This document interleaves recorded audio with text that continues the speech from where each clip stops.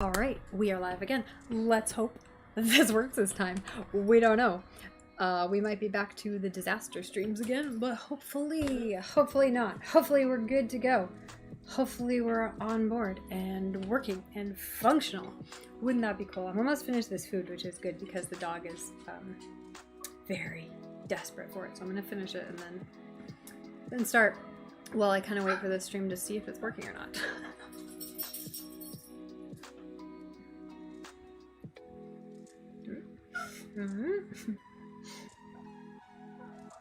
These are good signs.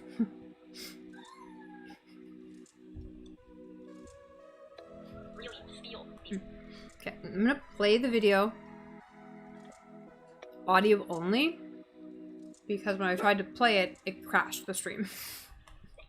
Poetry is about pulling the reader in and making them feel the thing you want them to feel. And the only way you can do that is through concrete images. As the adage goes, show, don't tell. For a good example of this, let's take a look at the poem After Years by Ted Kooser. Today, from a distance, I saw you walking away, and without a sound, the glittering face of a glacier slid into the sea. An ancient oak fell in a cumberland, holding only a handful of leaves, and an old woman scattering corn to her chickens looked up for an instant. At the other side, Oh, sorry, I'm also playing it 2 times speed because I've already watched it. I mean, usually I play it at 1.5 anyways. I'm just listening for things that are notes. Ted Kooser said, today I saw my ex and it made me really sad. But he didn't. And he even could have used a cliched melodramatic image like, today I saw my ex and it made my heart feel like an exploding sun. But he didn't say that either, because it's cliche and cliches are bad. Instead, he used images to make us experience the feelings for ourselves. We're shown how heartbreak feels, not just told about it. Even if you have never been heartbroken, after reading this poem, you know exactly what it feels like. When you write a poem, you should always be circling back to the real, concrete, tangible images. Those are the foundation that your poem is built on, and without them, your poem will crumble. Now, one thing that you may have noticed about the images in After Years is that Kooser doesn't just include basic images of things, but he makes his images pop by flavoring them with specific You want to make people experience feelings in new ways. A star 35 times the size of our sun left a green spot in his strawberry retina. These are images that really stick with us because they are weirdly specific. Specificity makes things concrete. Unpredictable details are what make the difference between imaginary stories and real stories. Even if the story you're telling in your poem or the image that you're describing in your poem is fictional, you want it to feel authentic. And authenticity comes from those little details, the details that make people think, no one could come up with that, it's too weird, it has to be true. For example, if I told you that there was a store that sold purses and bottles of aftershave, that's really boring. I mean, it's true and it's accurate, but it's bland. But if I were to tell you, like Thea S. Kunika does in her poem Newcastle Bar and Grill, that a second-hand store displayed gold purses and a man sold Avon aftershave bottles shaped like Model Ts and hot rods, your brain is suddenly like, oh, okay, this is... It comes from details. Visualize. Now, this doesn't mean that you can just cram 1,000 details into your poems, because over-detailing is just as bad as under-detailing. You only want to include the details that add to those concrete images that you're using to elicit feeling or pull the reader into the world of your poem.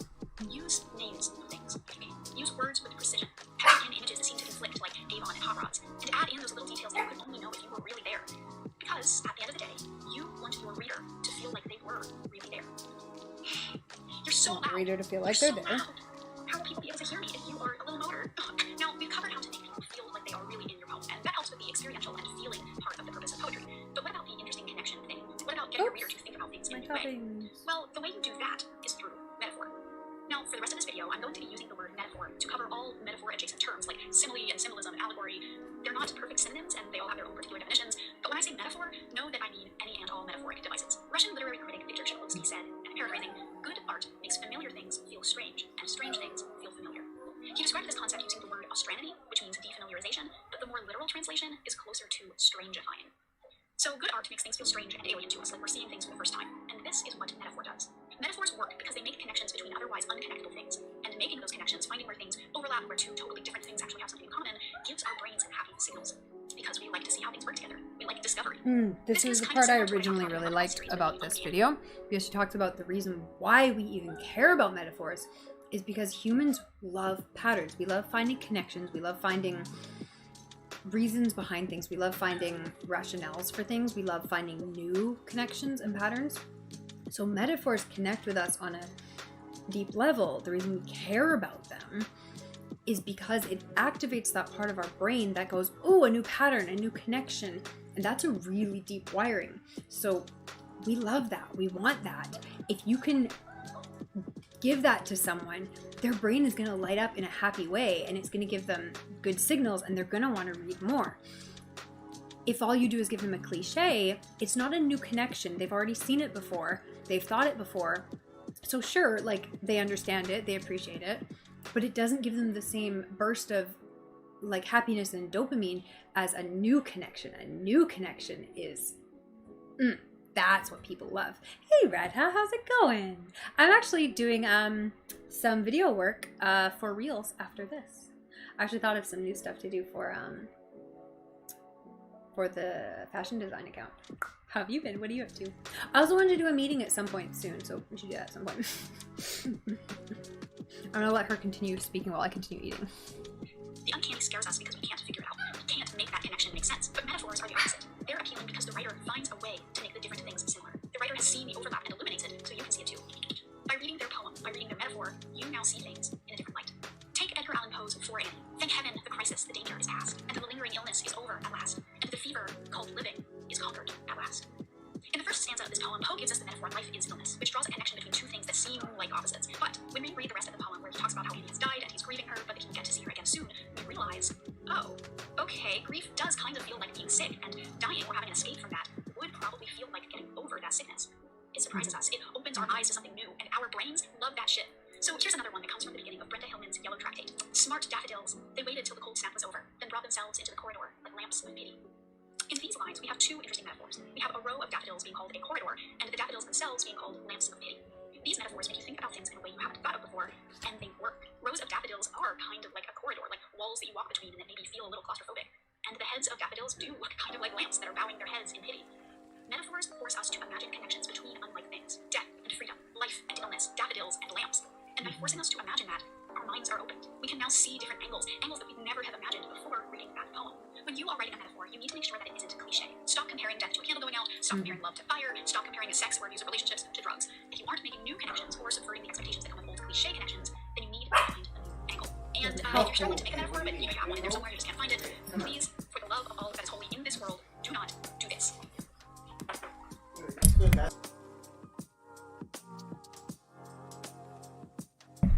I'm done my plate, so I'm gonna take it away so the dog can calm down.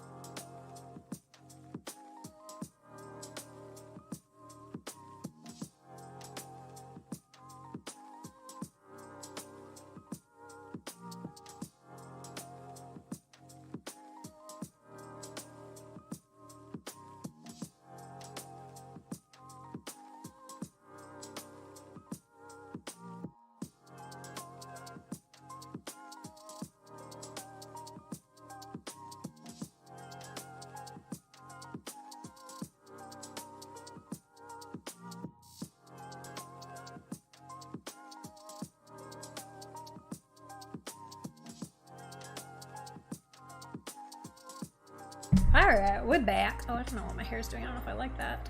I wanted it to be kind of loose, tied up, but I think that's way worse looking. Hi, friend. Hi, problem child. You are such a problem child tonight. Alright, we're writing notes on this. We're going to continue letting her talk. Des, you are kind of driving me off the wall. New interesting connections and new weird overlaps between ideas are fundamental to the power of your poem. Metaphors are the backbone of your poem because metaphors, interesting connections that make us think about the world around us in ways we never would have Sugar. are the most important tool that you have at your disposal. New connections So are we have all these fundamental. elements, these concrete images decorated with details, all of it tied together with metaphors, but like, what makes it have that poetry thing, you know?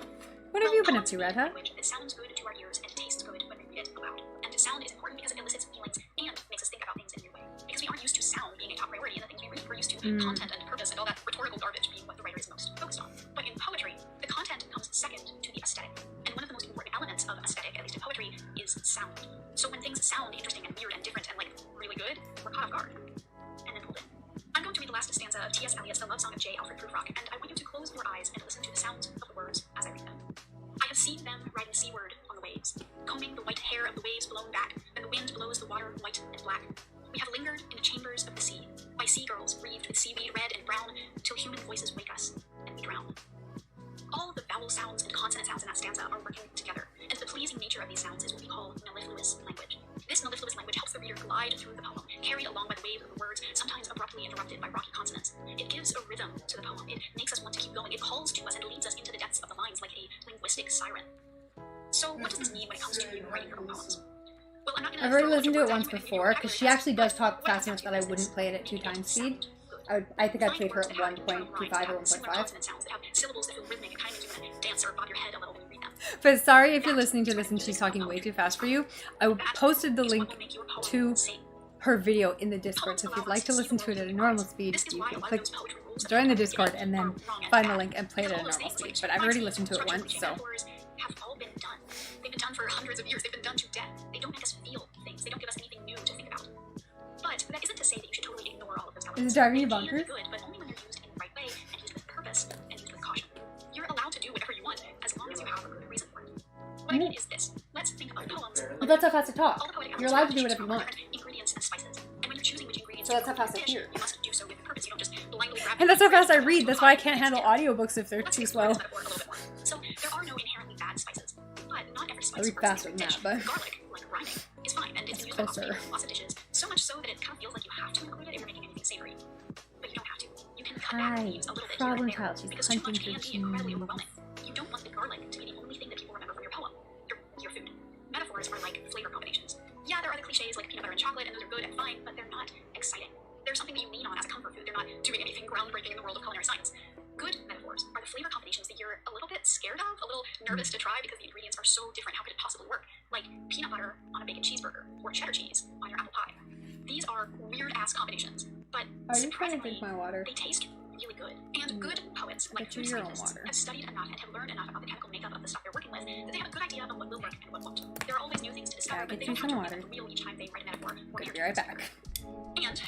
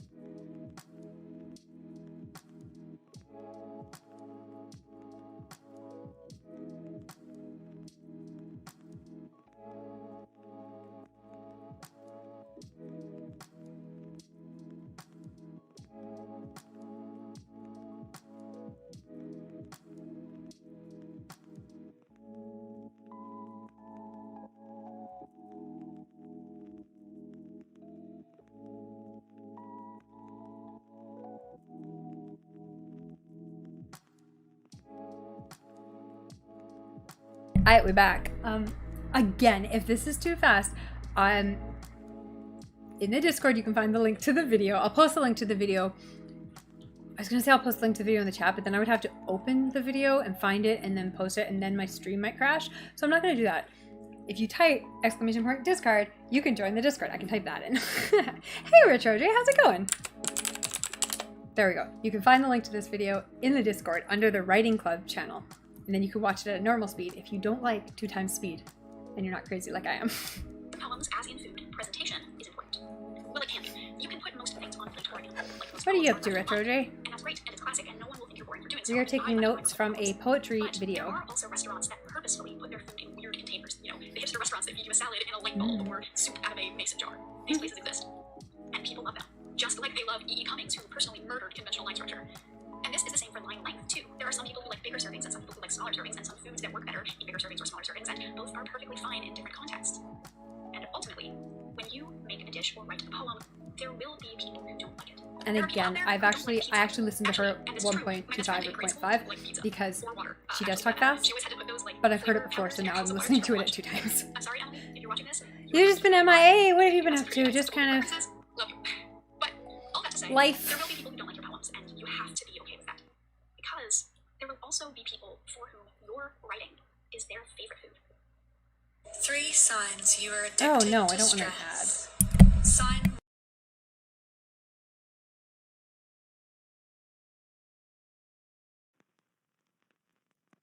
We're back. So before I close out this video, I want to show you what all of this advice actually looks like when it comes to the actual writing of poems. But before I hop over to the writing cam, I first want to bring up 2 of the books that I used for I have this a piece video. of So most of the spinach ideas in my really teeth. I'm came gonna have to deal with that from the in a writing process and minute. just doing the writing, but I don't know if also it's have visible. a Okay, let me go deal with it because now I'm worried it's visible.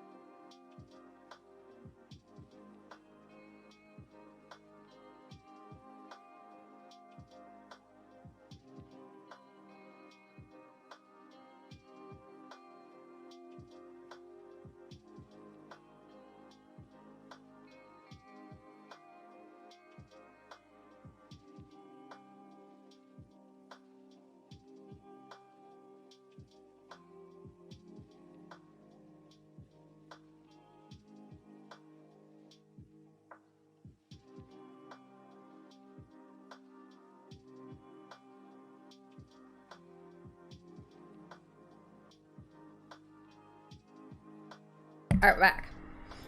Sugar's getting all hyped up again. You're all hopped up on cheese like a kid at a birthday party on sugar. But you are sugar. So you're hopped up on cheese. Oh my god.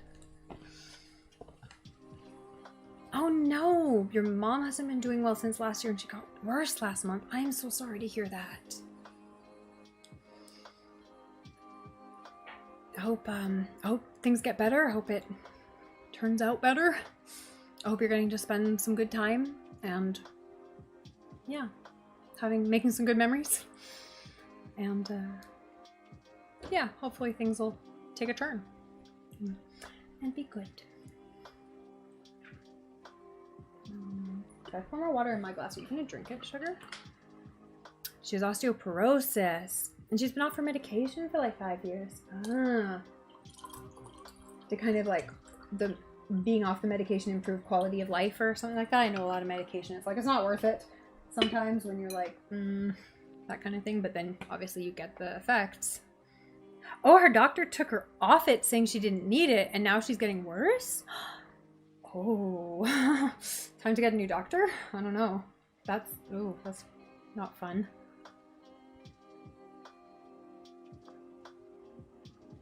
Oh god damn it.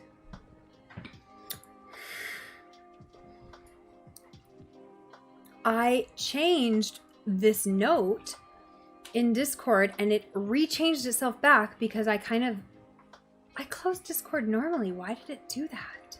I'm so mad. Or not Discord, I closed Streamlabs normally. Because usually if I crash Streamlabs, like if I have to Control Shift Escape close it, or the whole computer, it like obviously doesn't save whatever I was doing, but I didn't do that. I closed it normally, so it should have saved my changes, which is really annoying. Her doctor is a piece of shit. He refused to put her back on medication, refused to give her a bone density test, and refused to give her an x-ray? Is she switching doctors? Are you looking for someone else? Oh my goodness, I'm so sorry to hear that. That sounds awful and very frustrating. Ooh.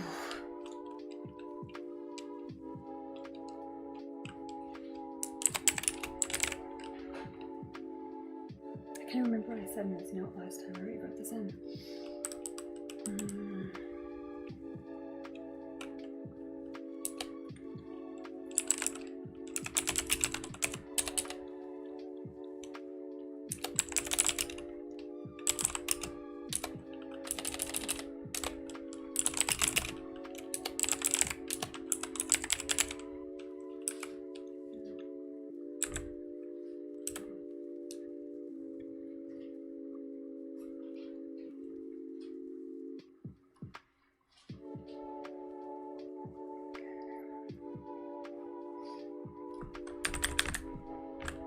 Yeah, of course there's a shortage of doctors. Oh, that's so frustrating. Oh my god, I'm so sorry to hear that.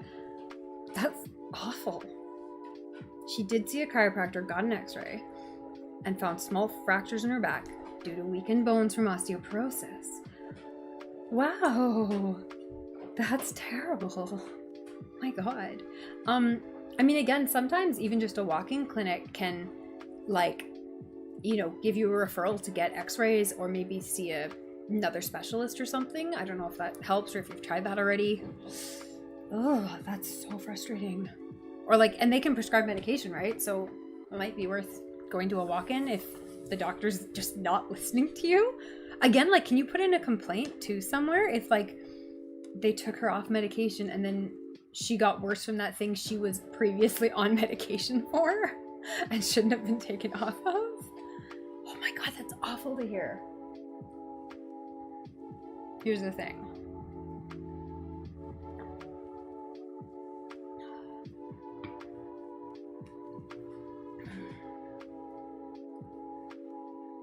I'm gonna play the video while I'm waiting for the philosophy response. of poetry, and the Poetry Home Repair Manual by previous U.S. poet laureate Ted Kooser is more about like the actual concrete, pragmatic, how to write a good poem stuff. So the chiropractor sent the x-rays to her doctor, and now he's forced to put her back on the medication. Okay, thank God.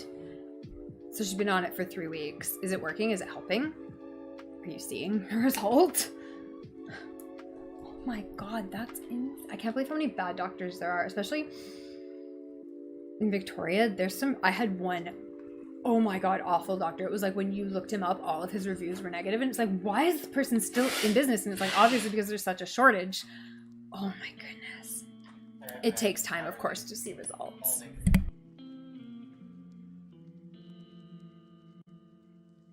Yeah, it's had all negative doctors in Victoria. I mostly had average ones, like they were not one way or the other. I had two really good doctors, both of them through the UVic Health Clinic, which of course means you can't see them again after you're not a student. And it was really bad because I only ever saw them each once because that clinic, I don't know if they just like rotate doctors like crazy or what. But yeah, like the one guy I had was the best doctor. Like he actually talked to me and listened to my answers, and just the way like his follow-up questions worked, like you could tell he was actually paying attention and actually listening and believing you. Because some doctors, in fact a lot of doctors, you can tell they just don't believe you, or that they're completely checked out, or that they've already figured out what they're going to do next, and whatever you say doesn't matter. And then I had another one, and she was amazing. And again, it was like actually listened, actually was paying attention, and actually you could tell she was really interested in what you had to say. And this was because she was doing a study on the thing we were talking about. But like, regardless, like she actually listened and wanted to hear details and wanted to know so that she could give the best advice. And it's just so hard to find in Victoria. Hey, Johnny Sins, how's it going? She can't walk as properly, wearing a back brace, a cane, and so forth. And the doctor she has a lot of bad reviews. Ugh, that's so gross. Ugh. I've been really happy, now that I'm in Ontario, I have a family doctor, and I really like her. She's been really good. Again, she listens. I haven't really needed to go to her for much, but when I did, she actually listened, so thank goodness. But yeah, it's definitely easier to find a family doctor out here than it is in BC. Oof, that's, I'm so sorry for you guys. That's so rough to deal with. Especially when it's like an issue that's been previously diagnosed, and it's no skin off his nose to like keep a prescription going. It's not like anything changes for him if he prescribes you stuff. Like, isn't it beneficial for doctors to prescribe things so that like the appointment was more, like, I don't know how that compensation system works, but I have a feeling like the more stuff they do, the more money they make. So I like, you know what I mean? I guess they get in trouble if they prescribe too much stuff, but it doesn't make any sense. Like, was he the one who originally prescribed it for her and like diagnosed her? Or was that a different doctor? Apparently BC's like 10 years behind on healthcare compared to Ontario. That's so weird. I mean, given see, I don't have sufficient experience to like speak to that, because like I have one family doctor and I've been to a couple walk-in clinics here, but like that's not really I'd been to a lot of doctors in BC because I didn't have a family doctor, and so I just kept going to walk-in clinics and the UVic clinic, which is a walk-in clinic. She had osteo since living in Toronto. She moved to BC, got this doctor, and he undiagnosed her and took her off medication? I seriously feel like that's something you could file a malpractice suit for or something. Like, what? That sounds insane. What doctor does that? This story is wild. She's been on that medication for her whole life. Oh, I'm sorry. That's so bizarre. That's really crazy. I'm doing good, Johnny Sins. Busy day. Every time I say your name, I like get into like a southern accent for some reason. Johnny Sins. Feel like I should have Johnny cakes. But yeah, busy day. Took the dog out for a good walk. Went grocery shopping. Doing writing club and editing videos today. So now we're doing poetry notes.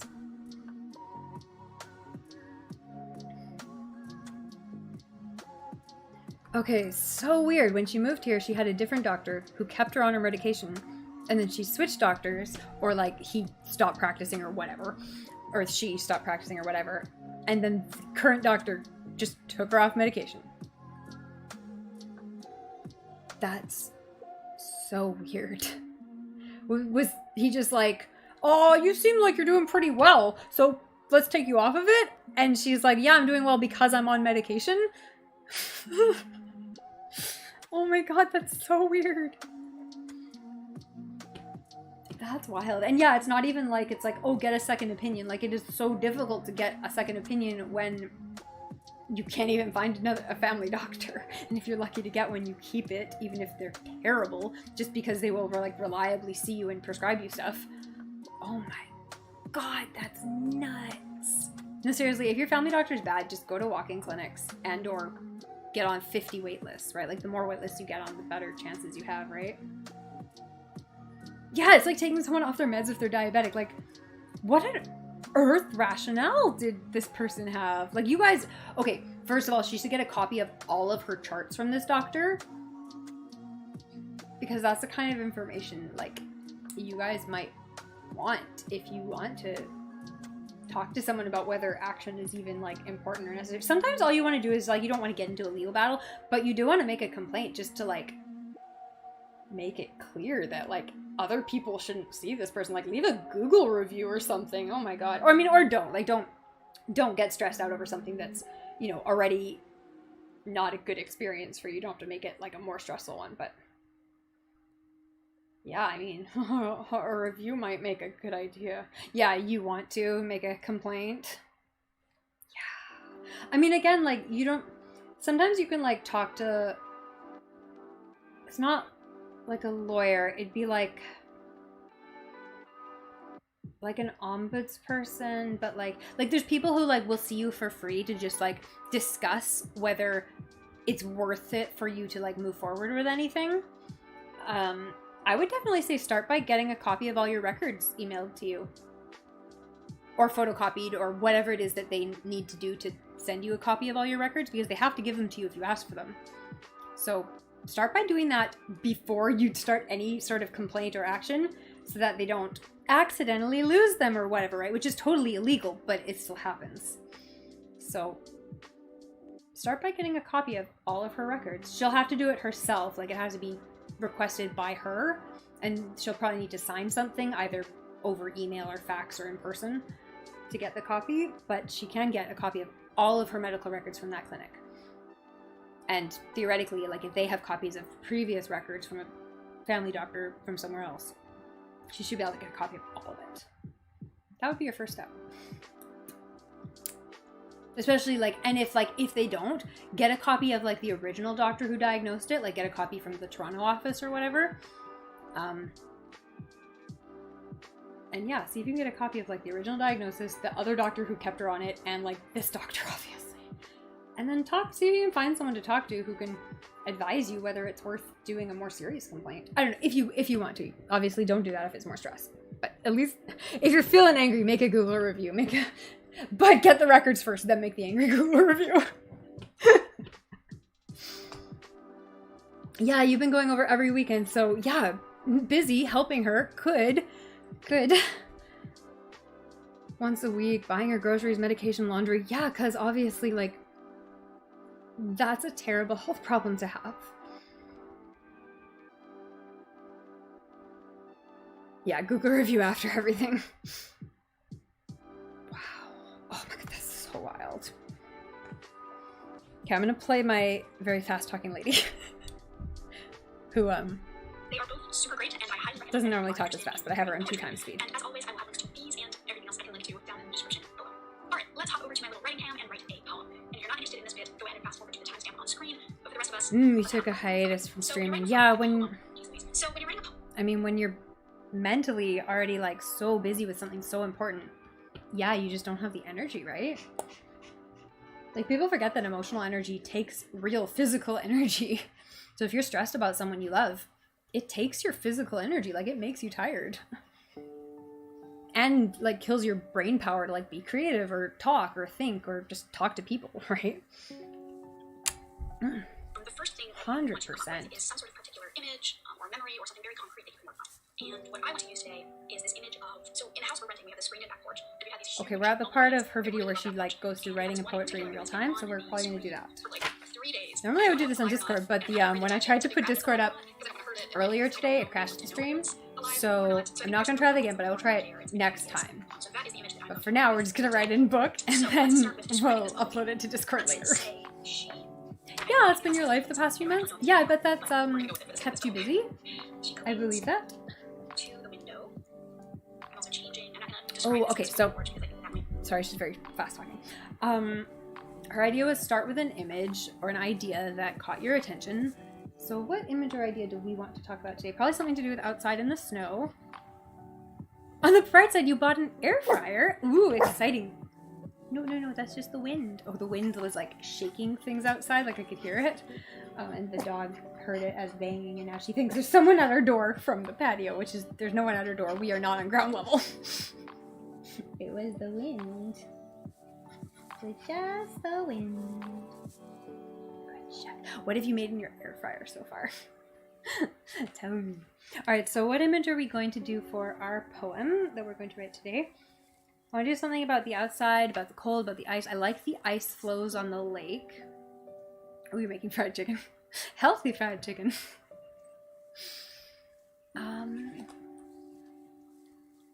You also had air fried sausages. Nice. Oh, someone at my hair. I was gonna wash it last night and I didn't because I broke a glass and then it was like an ordeal. Thankfully I didn't break it in the bathtub, but then by the time I was finished dealing with that, I'm like, oh, I'm too tired to get back in the bath. So I'm like, oh, do it tomorrow. And then it's been today and I've been busy, so I should do it tonight. But it's neither here nor there. I'm just trying to distract myself out of writing this poem. Okay, I'll jump forward to a new page and a new color. Let's use my blue pen, especially because it's about ice. What are we going to write about? All right. Oh, see, this is... Okay, so first of all, we're going to start with writing notes about the ice flows and what they're like. Metaphor style, kind of simile style notes, because that was her first tip. So... ice flows.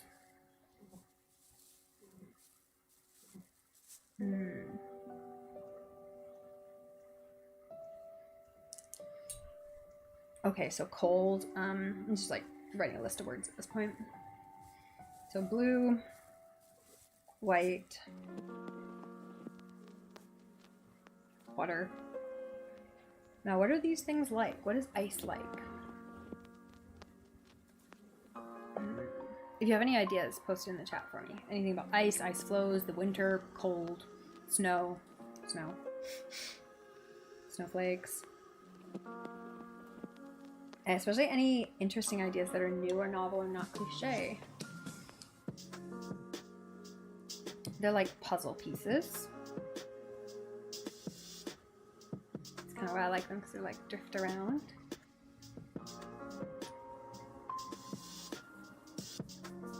They're like clouds. That one has the same kind of colors.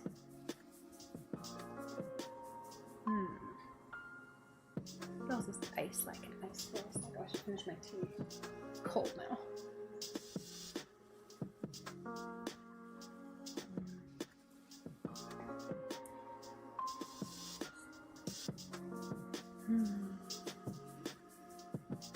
What are they blue like?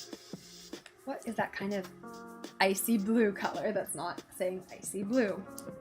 They're like cornflowers. That's a light blue thing that is not like ice. But it is a cliched term to say cornflower blue. What else? I'm looking at my J cloth for my kitchen sink right now, but that's not very romantic. That's a little bit too mundane, and not in an interesting way. Hey GC Rod, how's it going? Yo. Yo is the what happens on my timer when I'm doing a co-working stream.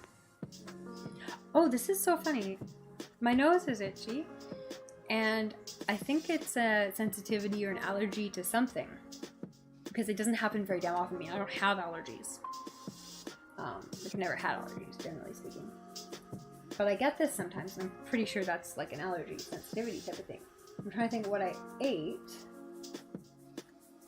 but it wasn't anything interesting. It was like literally so pure. It was like naan bread, tomatoes, mushrooms, avocado, cheese.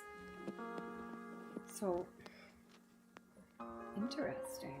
I'll have to keep my eye on those things that I ate, and like, because I still have them all left in the fridge. I didn't finish any of it, and see which one, if any of them, make my nose itchy. How interesting. Oh, she put her head inside the tray. Oh my god, I couldn't believe it the other day. Okay, the dog. This tray, I had it empty. Like one half of it was filled with it was my hole punch. So it took up like kind of like half of the tray, a little bit less. The dog put herself in the tray, in this little half of the tray, and she fit perfectly. And then she like tucked her foot up here and just put her head on here as a pillow. And it was so cute because she was just like cat. She catted herself into the space. And I'm like, you are such a cat, Sugar. Weird cat sometimes. Weird cat. You were a dog today. You kept barking for cheese. That's not a thing cats do. Okay, we're distracting ourselves from my point, which was I need to come up with non-cliche similes for things about ice and winter and the wind. What is the wind like? It's fast. It's not a metaphor, that's just a descriptor. What else? Okay, what is blue like that? It's a weird color to find in nature. Really, it's just like water and ice and like tropical water, which is not really effective because that kind of takes us in the wrong direction. The sky again, we already put clouds. Put the sky down. The wind, I'm going to say like a river, but I feel like that's a cliche because we're already talking about ice flows, which is literally in water.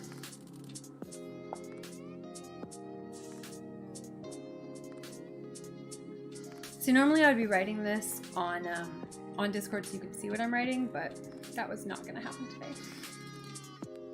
Ah, you bought a batter mix. You're going to do a lot of fried chicken.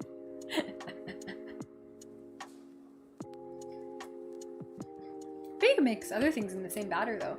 I'd check the internet, see what else you can make in the same batter that might be cool and interesting.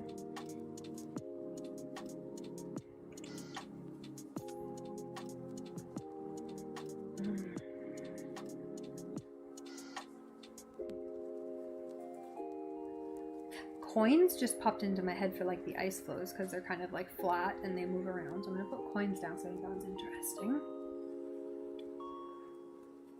Broken glass. That one might be a little cliched, but I think it's good. Yeah, ice is glass. That's pretty common. Chicken, fish, beef, pork, carrots or something. Right? Oh, do Yam, like yam tempura. Mmm, so good. Or like avocado, deep fried avocado is so good. Or air fried. What else is good? Sweet potato, zucchini, those are good things. Yeah, I'm vegetarian, so they're all vegetarian things. Cauliflower, yes. Not a fan of yams. Oh, so sad. They're delicious.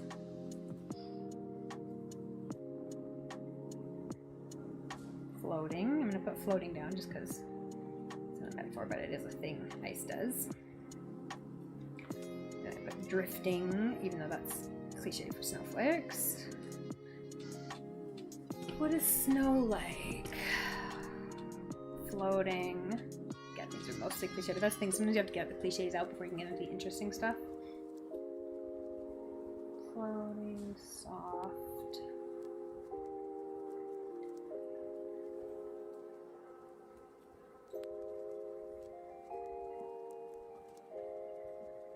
So I'm putting cold and icy down underwater, which is not, that's not useful. It's just getting it out of my head.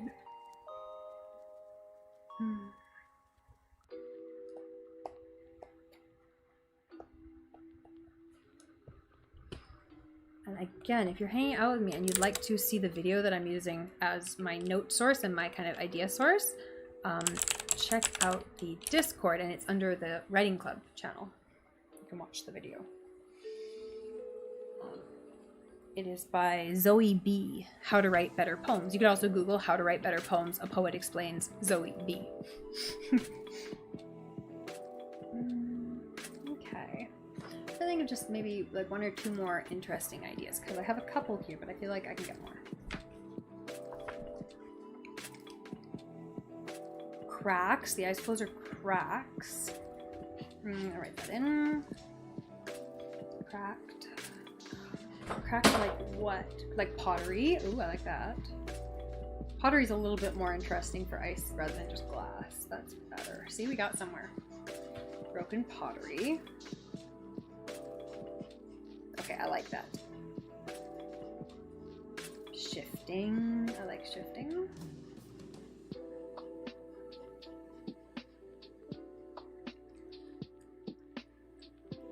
Something like the ice flows, broken pottery, shifting on the water.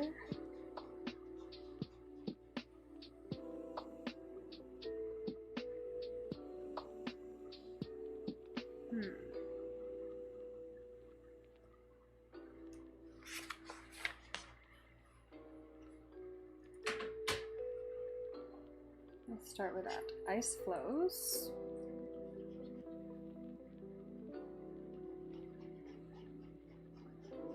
Broken pieces pottery, or just broken pottery or broken pottery pieces? Broken pottery. Broken ceramic. Oh, I'm going to use the word ceramic, but I like pottery in this one. Cracked ceramic maybe later in the poem.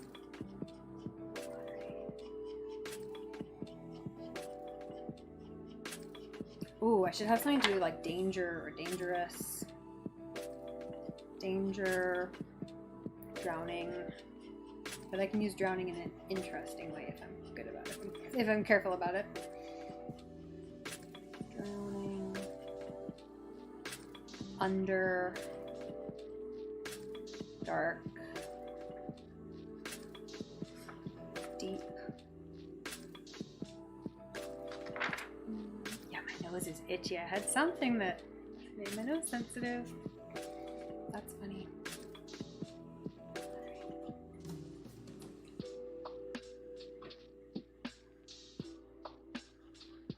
Broken pottery, shifting.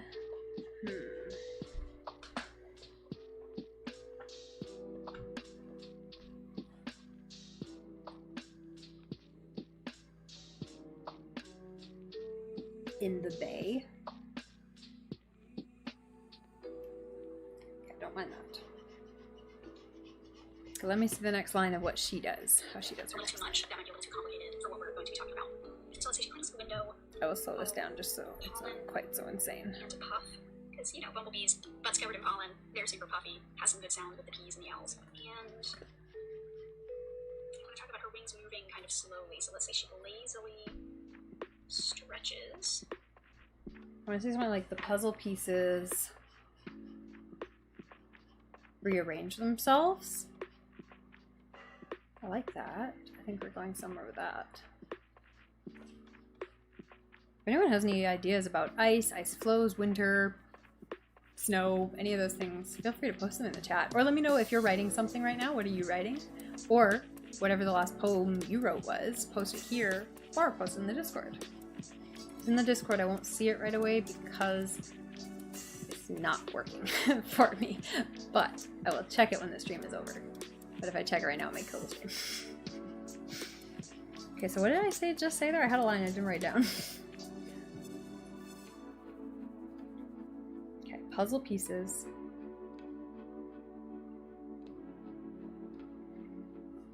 Rearranging themselves. Something about finding the right places or finding the right fit or something like that. We're getting somewhere like that. Rearranging themselves. The fit that can never be, or the fit that will never happen, or forcing the right fit, kind of getting some of those F repeats. Forced to fit.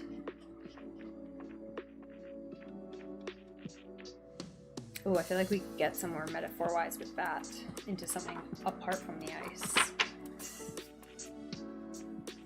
Forced to fit.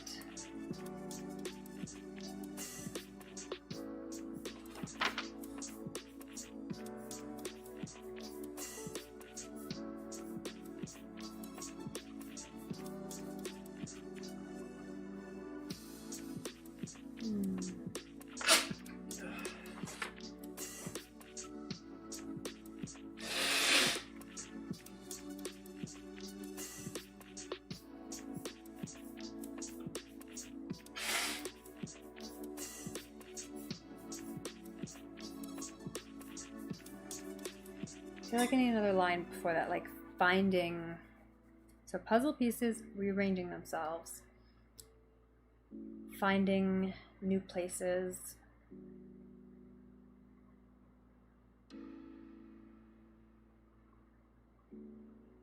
forced fit of jagged, broken edges. Ooh, I like that, broken edges.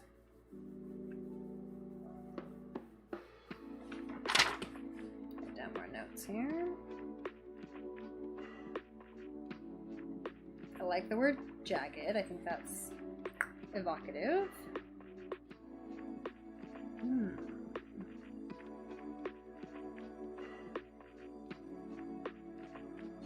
feel like we're getting somewhere with this. I feel like we've got an image, we've got an idea in here. But I feel like I kind of, before I want to start fitting puzzle pieces, I want to crack the ice with something. I want to talk about the ice actually breaking apart first of all. Rearranging themselves. Trying to recapture that perfect glass or something like that.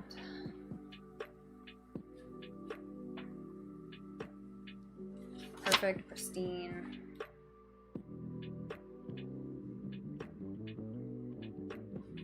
Glass mirror.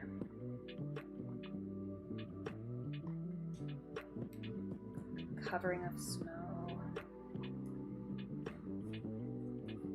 We already have cracks.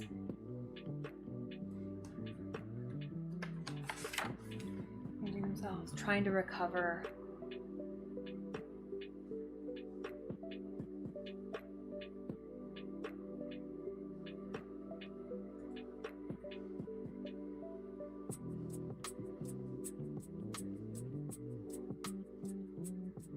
Unbroken shine.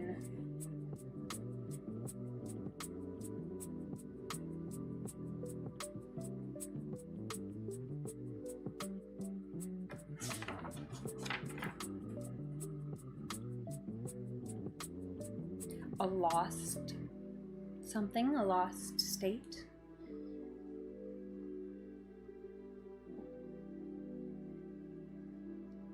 Okay, we're gonna come back to forced fit. That's kind of later, but I want to do something about how they break. Okay. So we're gonna go looking, give it a bit more human agency. Looking for, oh, not long lost, that's too cliche. A lost state of pristine, a lost. I like looking for it. Looking for a state now lost.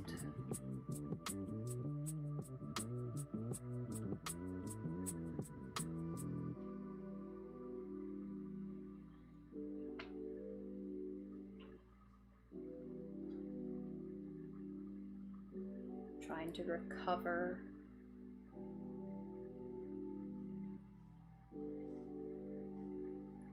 the mirror they could previously see themselves in. That's getting too far, too complicated. Got something here though. Something's coming. Something's coming. What are we gonna do here? Rearranging themselves. Yeah, I like working in the computer because I can type out a whole bunch of stuff and then erase it if I don't like it. But in pen, I gotta think a little bit more. Okay, maybe I'll put notes on the other page over here. Just so I can see what we're doing.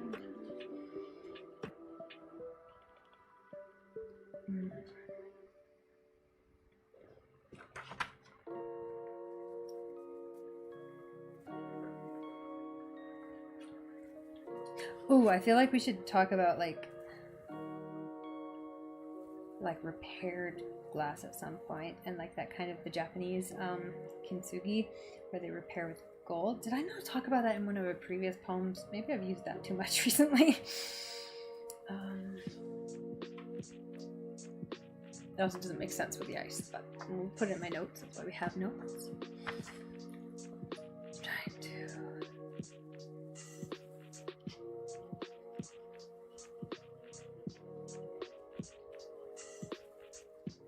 Trying to reform a previous form. Trying to recover a previous form. Trying to recover a lost form. Trying to recover a form now lost. Trying to recover that pristine glass. No, I already used the word broken.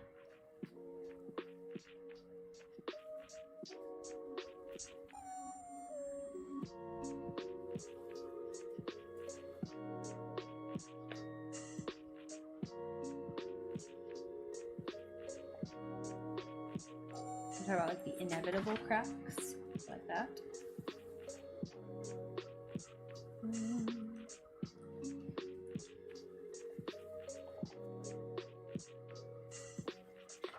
Made whole.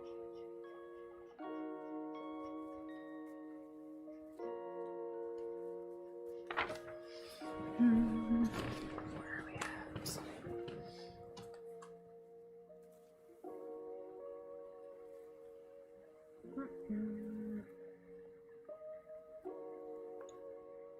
Looking for their past. Looking to recover their past. A pristine past. Ooh, I like that. Okay. Looking to recover a pristine past.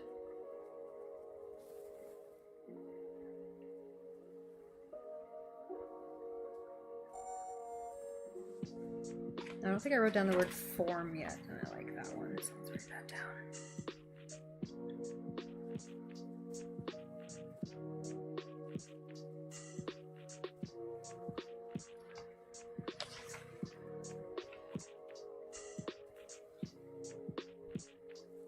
So a pristine past, a once. I feel like if I talk about a mirror they could see themselves in, or who they saw, something like that. I feel like that's the right, this is the right part of the poem to be leaning more into the human element.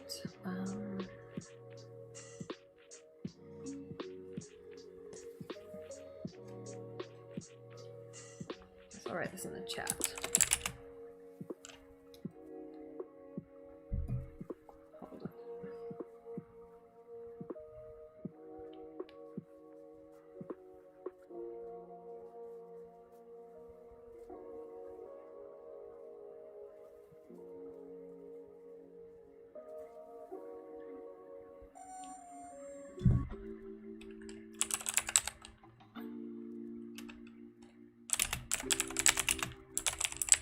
Ice flows, broken pottery, shifting in the bay.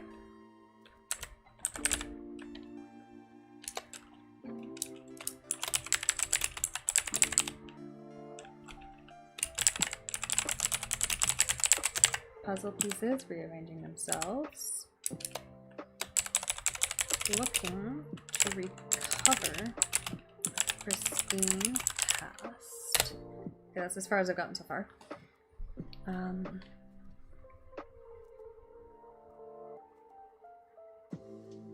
The mirror of who they once were. Ooh, the mirror of a past self. I already used the word past. The mirror of a lost self. A reflection, something like that. A lost reflection. Ooh, reforming a lost reflection. Trying to reform a lost reflection. I like that.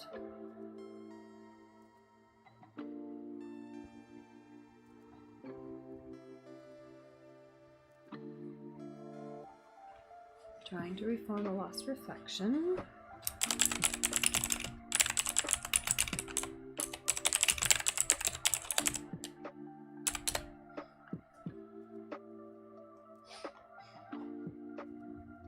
Inevitable cracks. Did I use the word cracks already? No. Okay.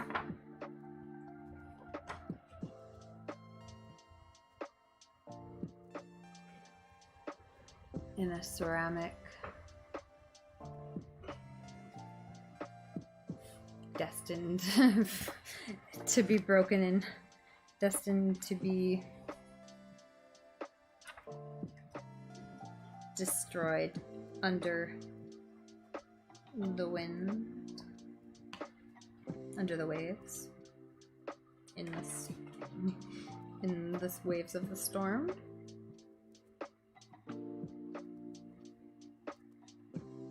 Inevitable cracks from the pressure. Means they're using some images from the Disney song. Great. Alright.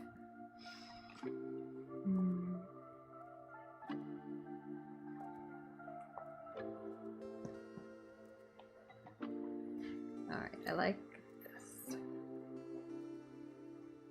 Inevitable cracks.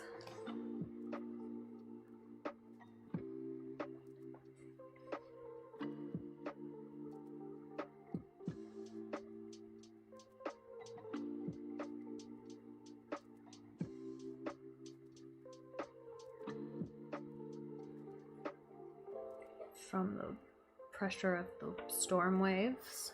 That's a little bit too complicated. Inevitable cracks.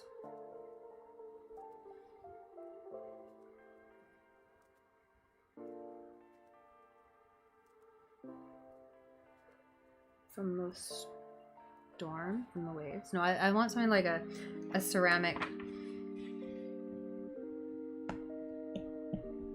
to that, you know, would never have been survived such a storm. Let's storm down somewhere here.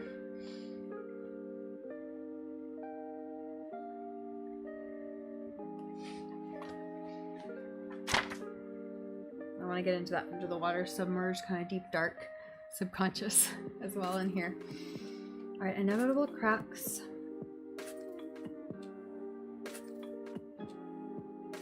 From the pressure of the waves. Yeah, I like that. Again, I don't want to be too, like, hesitant to just write things because I just want to... The point of these sessions is just to, like, get stuff out there without being too hesitant and delicate and sensitive and precious about it. Inevitable cracks from the pressure of the waves.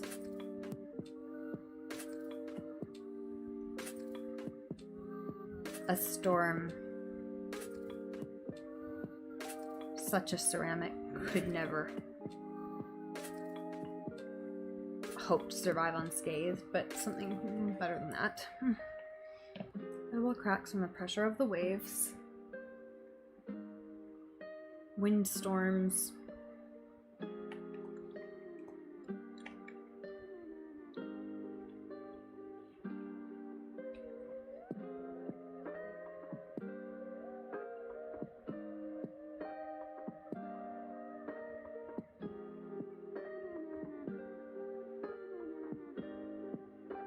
Windstorms, even the toughest ceramic, even the thickest ceramic. Something like that.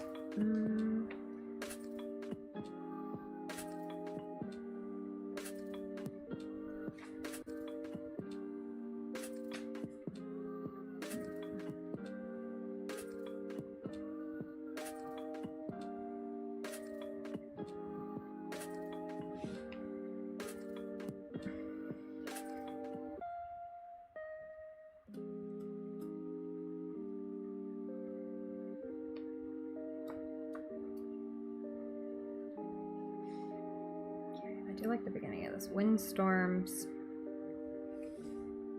No ceramic, or even the strongest ceramic.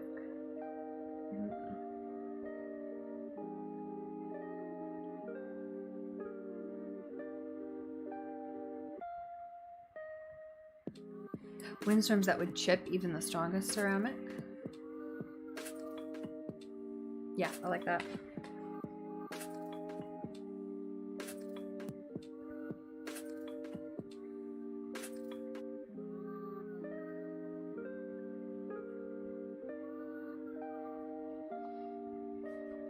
Okay, oh, I'm gonna write some of this into the chat here.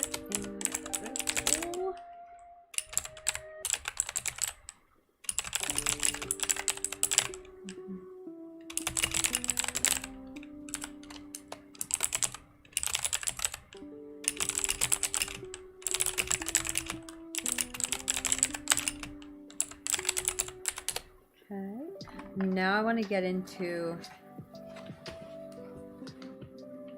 beneath the ice, like waves underneath.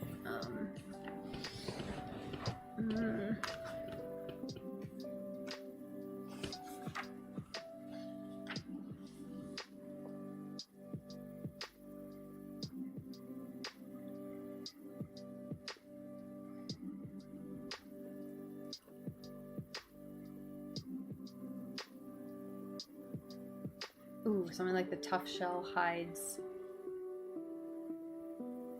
the depths, hides the dark depths. All that cliche.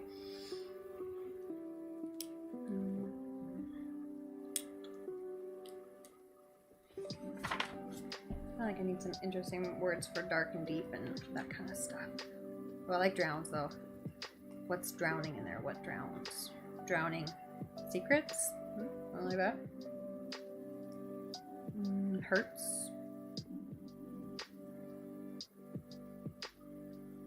Hides. Tough. Shell. Ooh, and then we're getting kind of eggshell with the cracks in it too. I like that.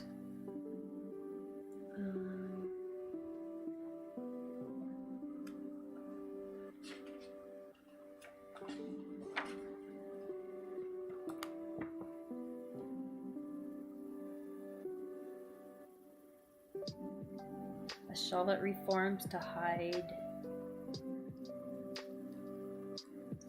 Hiding. I already used the word lost, didn't I? Yeah, I did. Okay.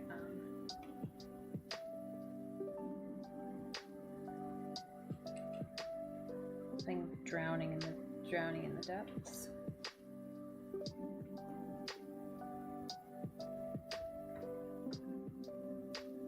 To hide what's drowning in the depths.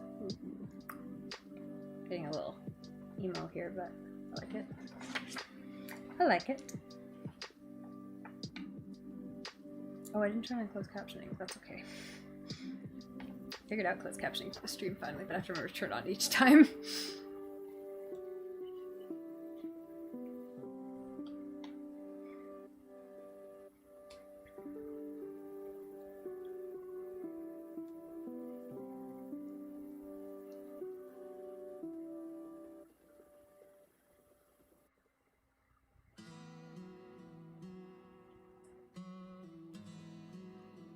Shell that hides what's drowning in the depths, in the deep. What's drowning deep beneath.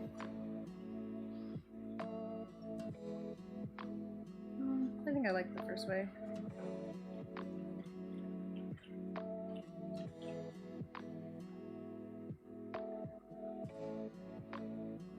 Hides what drowns beneath. No, what's drowning in the deep? What drowns in the deep? No. What's drowning in the deep? In the depths.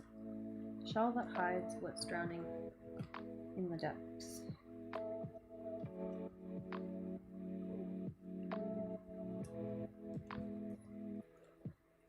In the deep.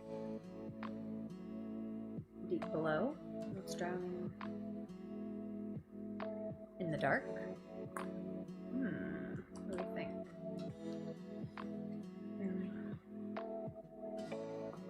Deep below. I don't want to say like inside or anything, that's taking it too far from the ice metaphor.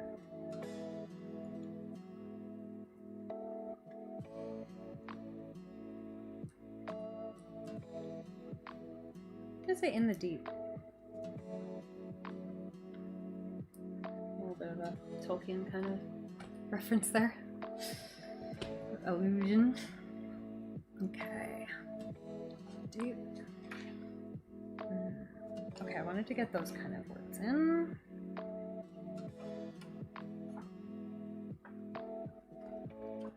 Okay, I wanted to get something about repair, kind of rejoining, reforming, fixing broken edges kind of thing. Like rebuilding strong, but we already used strong.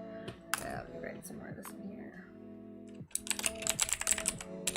A shell that hides what's drowning in the deep.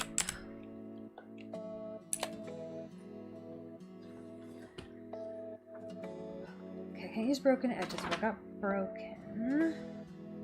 Okay, I want edges. There's some other words I wanted to use here. Jagged edges. Oh, forced fit was something I wanted to use. Okay. Oh, I just got ink on my couch. It's not the first time, it won't be the last.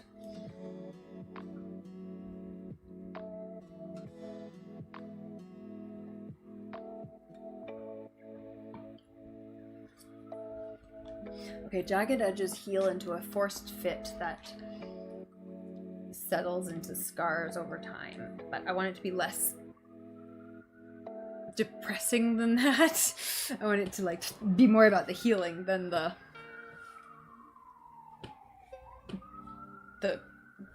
brokenness. All right, healing then.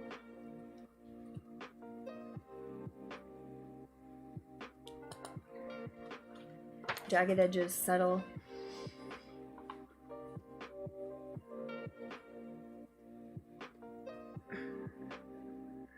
Into a forced fit in the cold.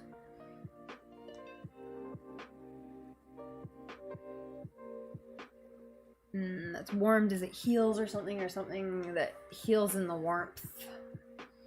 Something like that. I feel like I'm getting somewhere.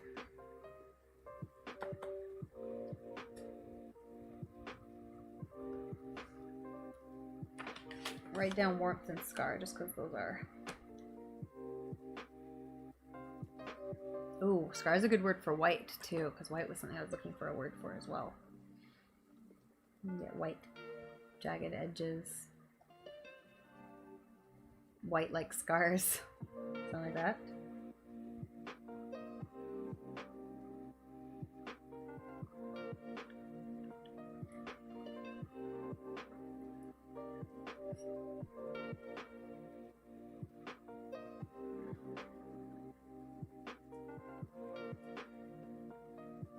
Settle into a forced fit that heals.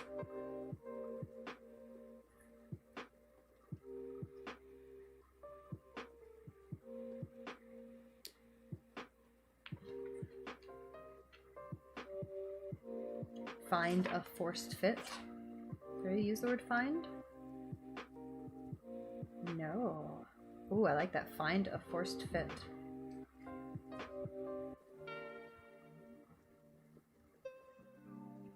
White like scars in the blue.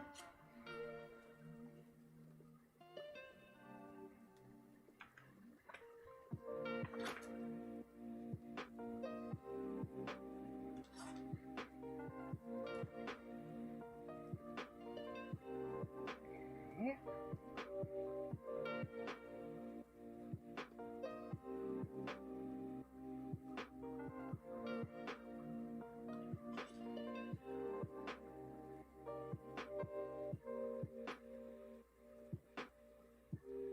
Find a forced fit.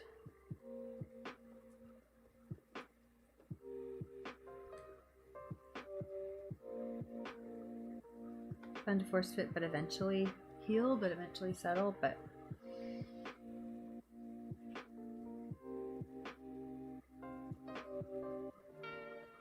time will melt the rough edges. But winter doesn't last forever. Ooh, I like that. Winter ends. Something like that. Spring. Warm.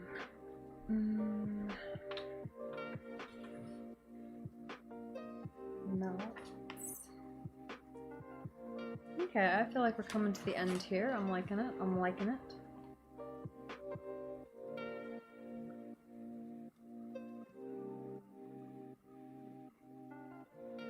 I guess I'm like an uneasy, like something that gives the idea of like someone might fall through the ice.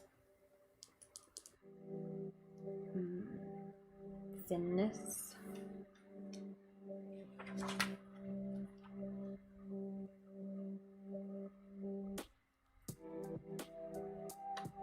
Dangerous.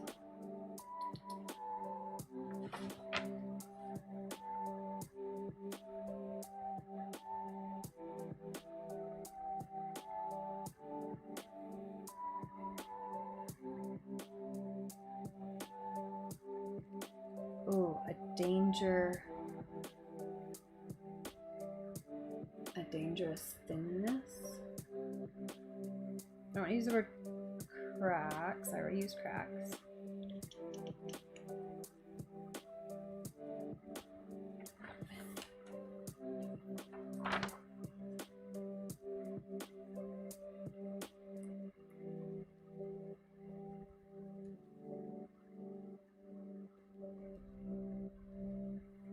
A thinness that feels delicate as it heals beneath. Or use beneath. No, I said the deep. A delicate thinness. Web? Webs. I don't think web's right, but that's not a bad inspiration-y. Something like that.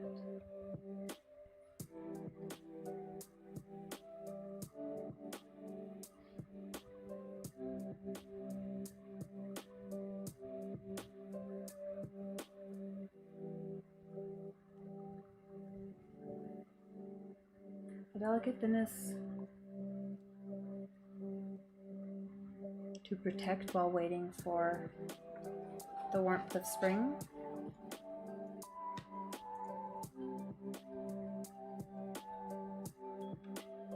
To protect and heal before the warmth of spring.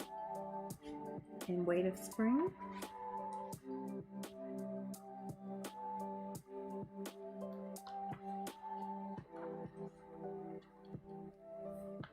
We used shell.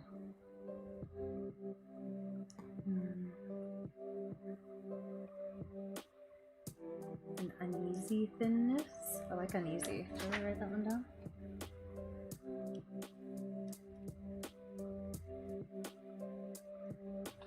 Should I use uneasy? No.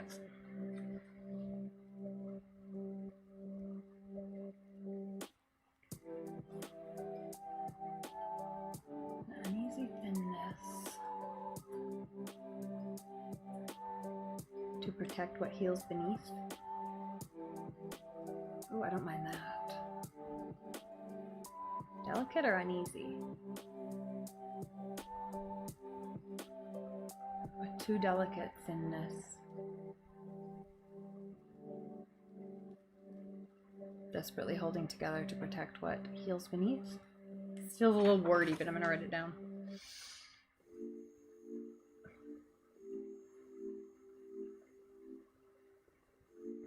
Thinness.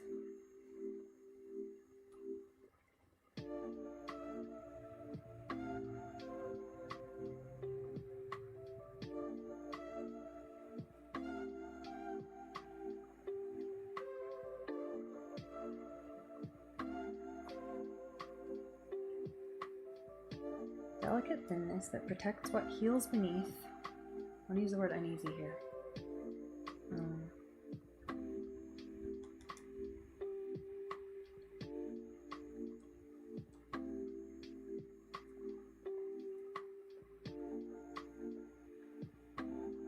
I don't want to use web, that's too not icy enough. But I feel like we're almost done this poem here. I feel like we got something in the next line, 1 or 2 lines. Something about...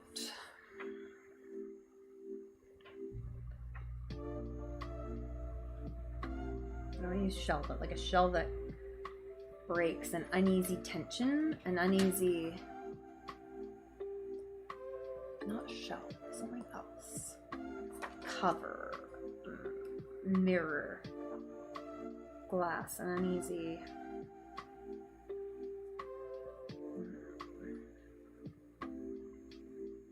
image. I'm trying to think more like what would be on pottery or ceramic, like an image, a painting. But I think that gets us away from our ice. Pattern. Ooh.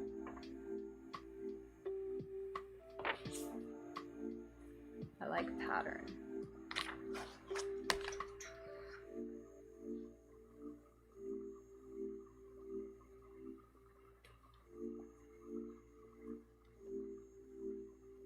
Ooh, a warning pattern? Ooh. Okay.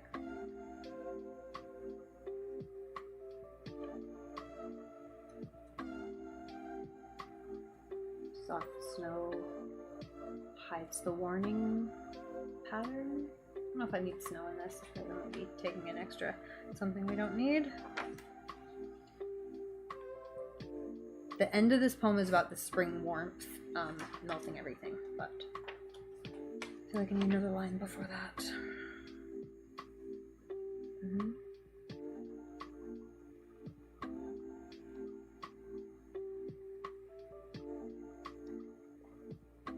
Pattern warns of the damage. Ooh, but the scars will heal with the warmth of the spring. And become whole water again, something like that, but not quite like that.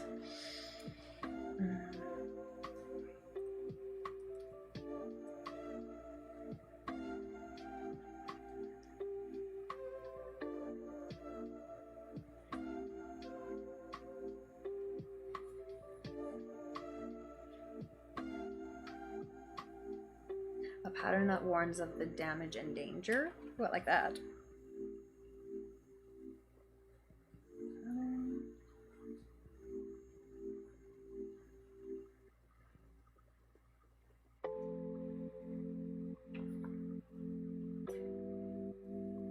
I needed this book to be like just this much wider because every line is like going over by that much. Pattern that warns of the damage and danger.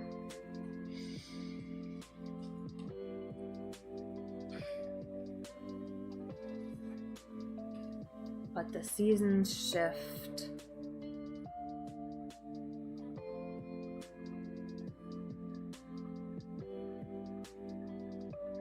And broken things heal.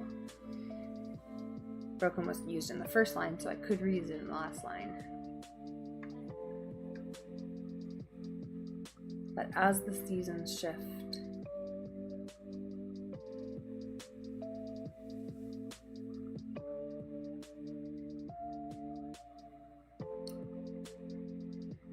Painful edges melt. Painful cracks. I'm gonna put the word painful down.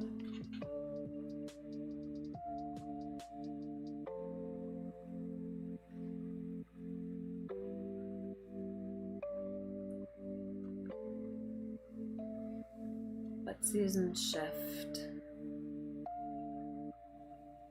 Painful edges. Painful breaks. Painful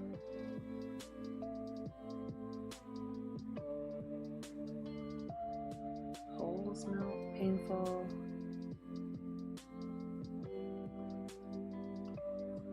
I could use all these words right, like edges and cracks and shit broken.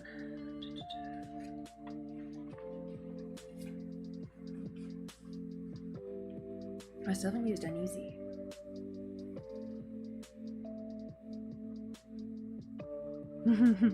You put some fries in the air fryer? Very nice.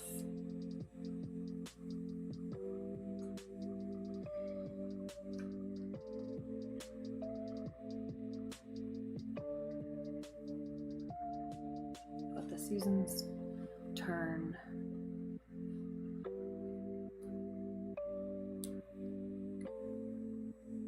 Melting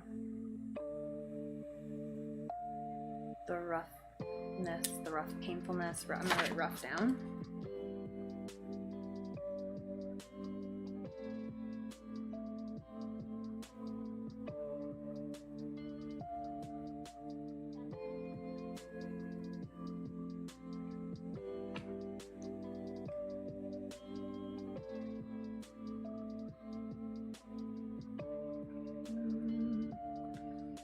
Seasons turn. Rough edges melt. Rough pieces melt. I think I used pieces in the beginning.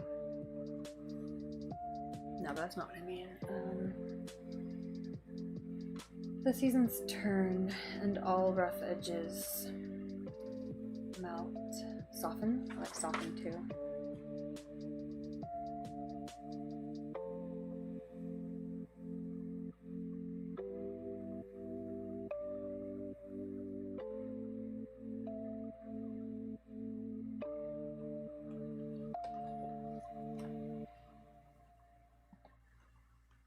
Time turns the seasons.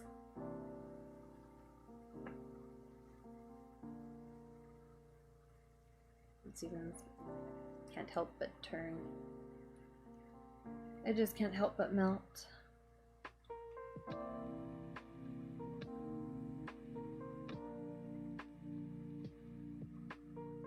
Layers melt. Soften edges. Let seasons turn. Rough edges melt.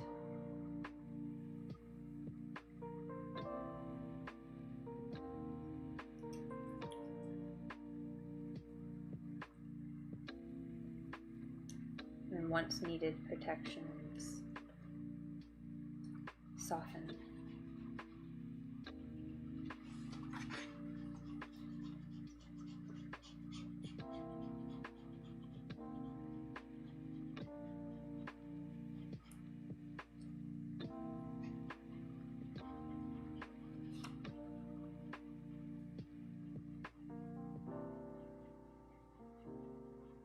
Once hard protections soften.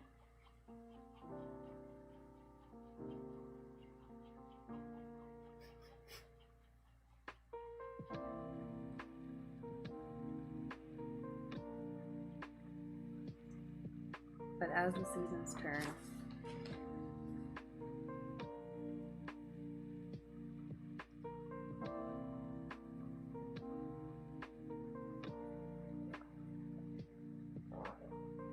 delightful sugar. Delicate. Blurb.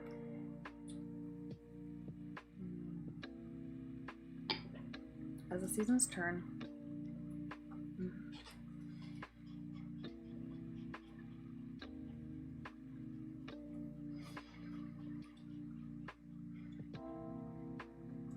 it's another word for edge. Rough surfaces melt. I'm gonna say that. I haven't used surfaces yet.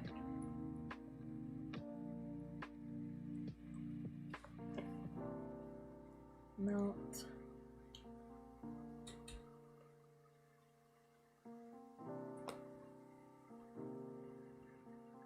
Oh, maybe uneasy protections. Soften. Gonna go down? You look warm. There you go.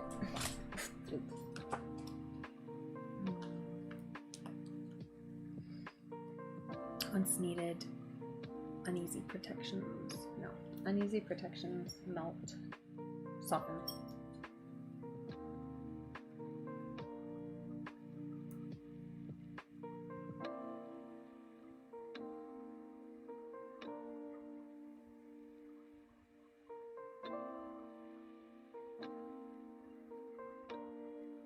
I want to say shells again. What's the word for shells?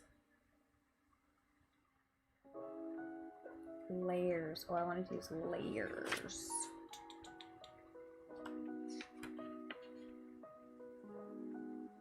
I haven't used heal yet either. No, I have used heal. Okay. Oh, thanks for the follow. Was that NW Country Girl? Welcome. We are in the middle of writing a poem here. If you've been hanging out with us. If you're writing anything of yourself, or you do write, or you have written, feel free to post it in the chat, or links, or post it in the Discord. I'll post a link to the Discord again. Bam. Okay, we are almost done this though. Okay, so I want three things. I want rough surfaces melt. I want something about uneasy protection softens, and I want something about a layer heals or disappears or unneeded.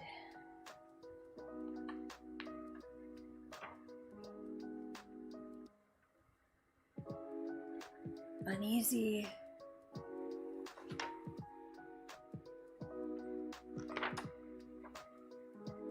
Oh, something that I still haven't used, like an indicates like walking on ice, like that kind of uneasy cracking feeling.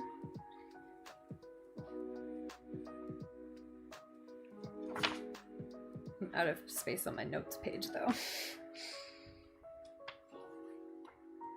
Layers.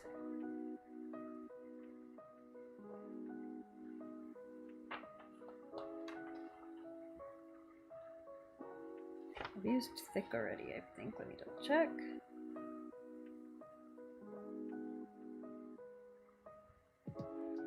No, I used strongest. So I could do thick layers.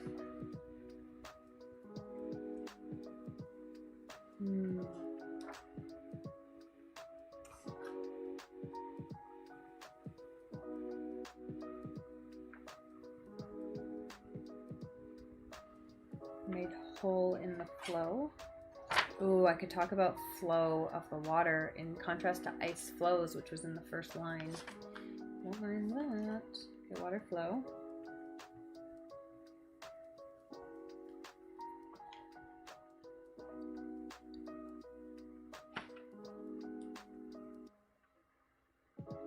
I used heal already.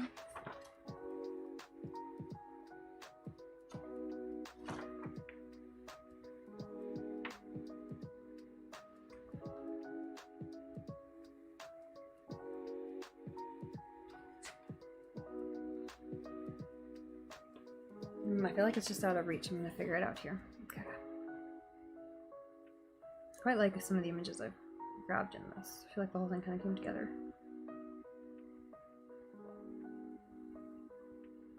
If not entirely uncliched, at least a little bit interesting.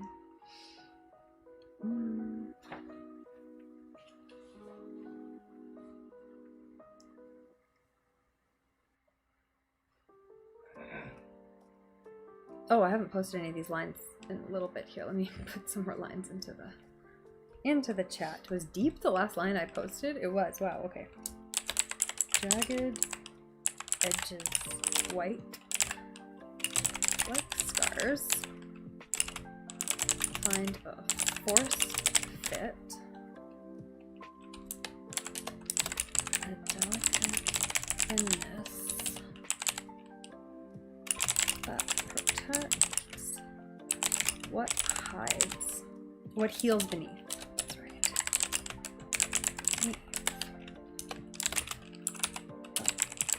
Pattern warns of the damage and danger. Okay, we're on the last couple lines here. But as the seasons turn, rough surfaces melt.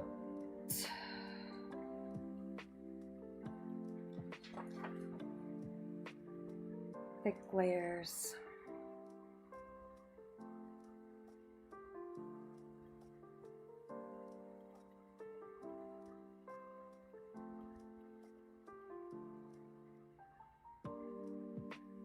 Uneven layers.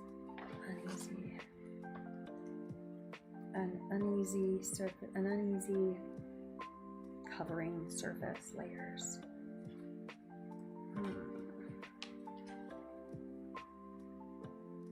Protections.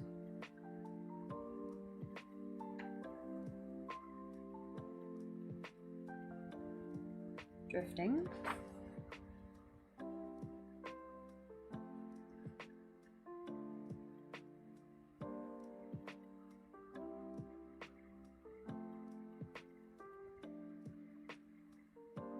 Use the word shell again, but that won't work.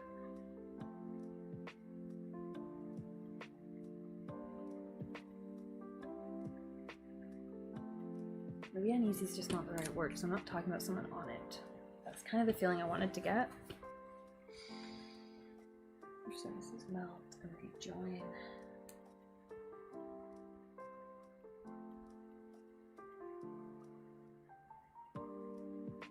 Melt into each other. Just melt. Okay, so what are the things I want to do? I want to do something about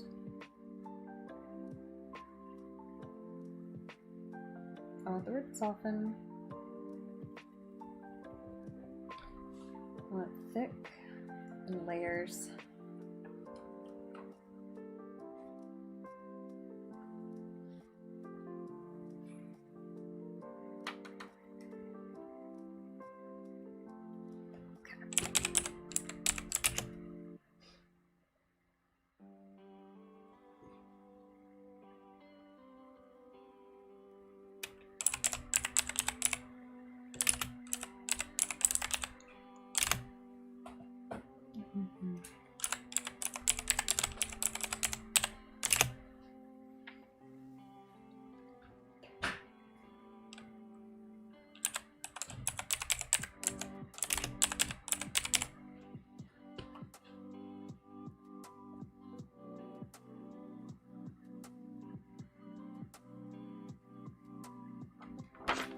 Did I use painful yet?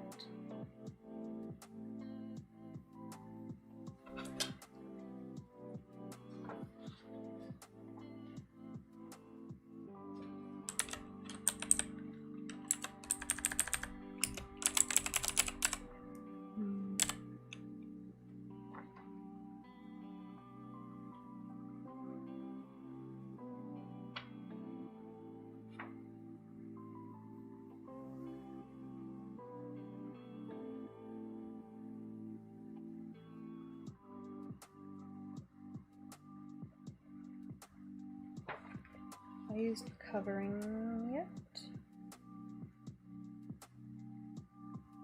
We use recover.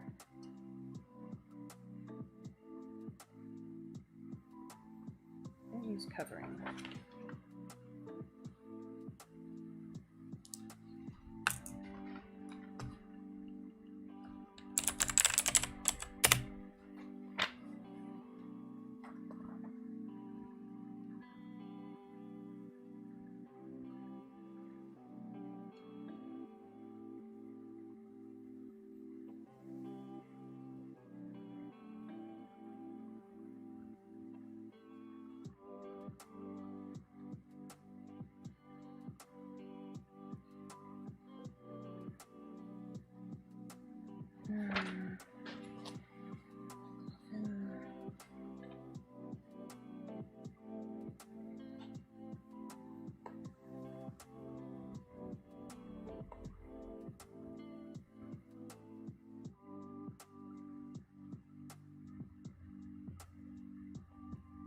Okay, I think thick layers, protections, or covering.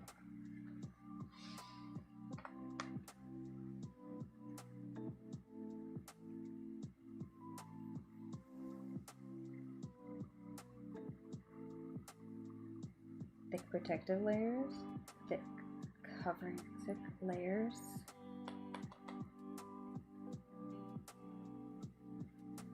Thick layers uneasily soften. Already used inevitable, yeah.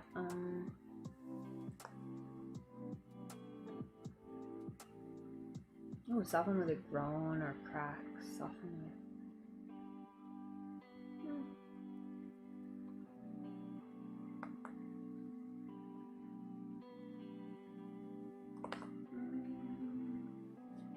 Okay.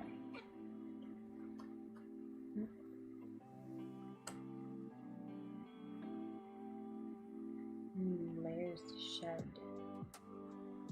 Coverings. Oh, I like covering shed into the warmth. Oh, yeah. Okay. So we'll do thick layers soften. Shedding. Okay. So as the seasons turn, rough surfaces melt. And thick layers soften their coverings. Shedding. Did I use melt already? Wait, did I use melt already?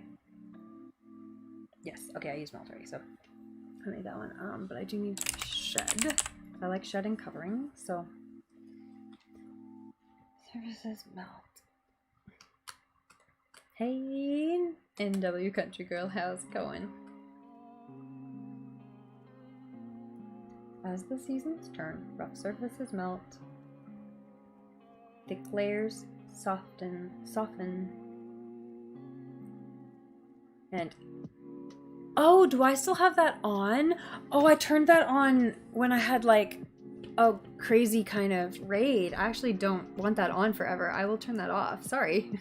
That's not on by default. Didn't realize it was still on. Thank you for letting me know about that. I had no idea. Can I even do this in here?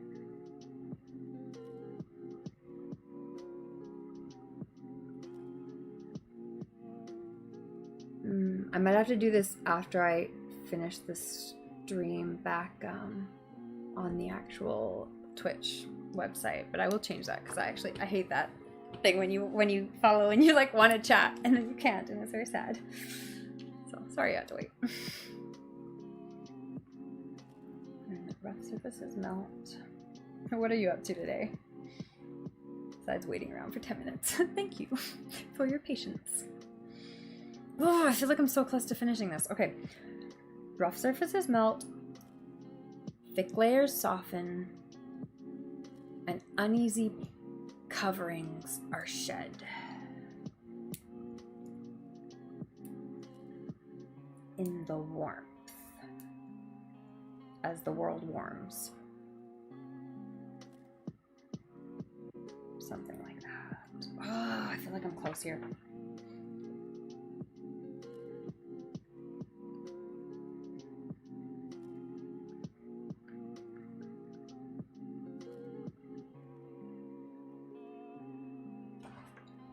As the water warms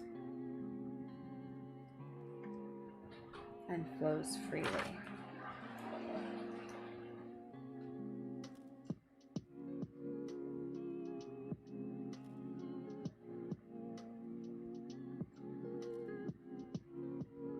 I don't like warms and flows freely once again, but that's the idea I'm trying to get to. Trying to build up motivation to get some writing done of your own. What are you gonna write?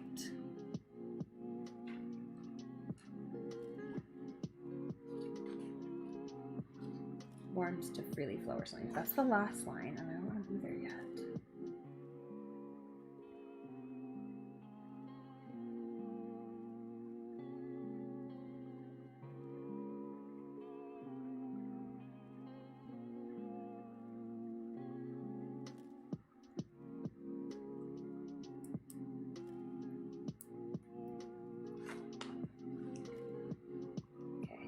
thick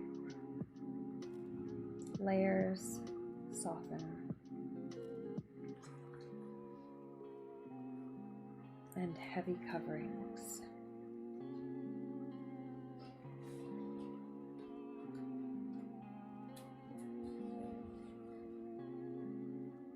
shed.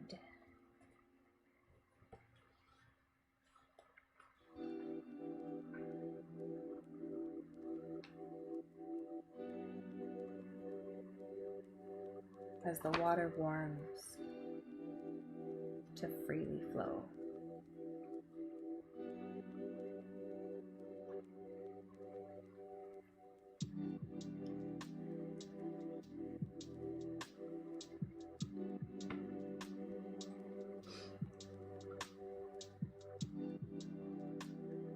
As the water warms to freely flow.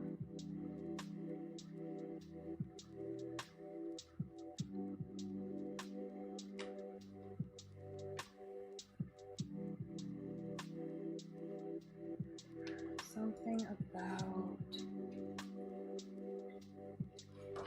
made whole, or how it's all one thing again. It's not like ice and water. It's all one.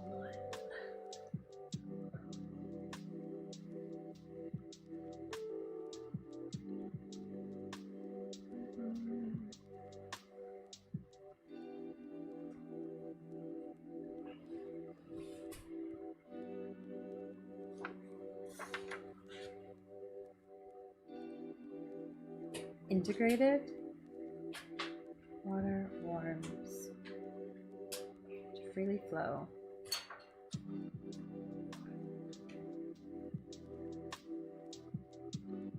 Take the word integrated.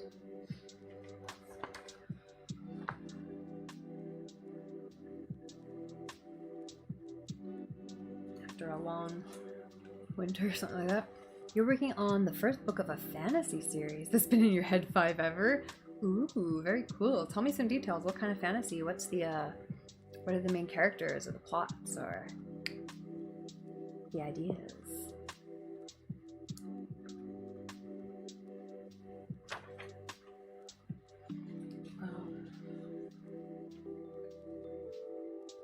Really flow.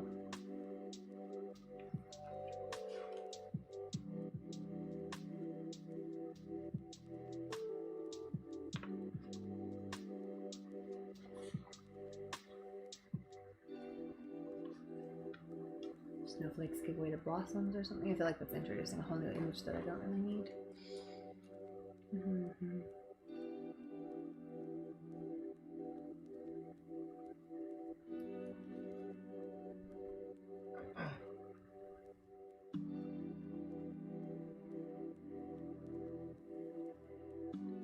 I want to recognize that like there's still everything that was underneath the surface is still there. So integrated and made whole.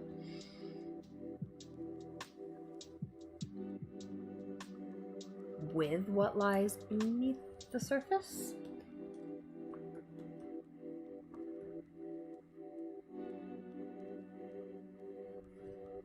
Made whole and integrated. Integrated the entirety from top to bottom. We're close here. We're almost at the end. Been going an hour and 45 minutes, and a little bit longer than that because I had probably like a good half an hour on my first stream before it died on me. But we didn't really do anything on that stream. We were just getting set up. Okay. So water warms to freely flow and integrate.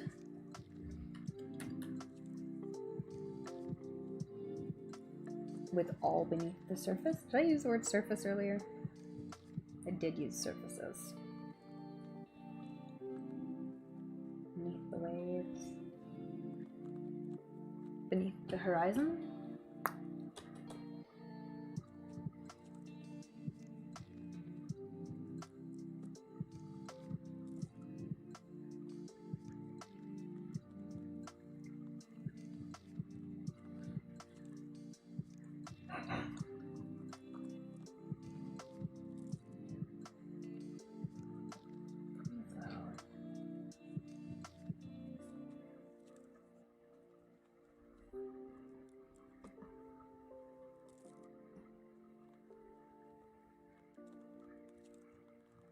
integrate.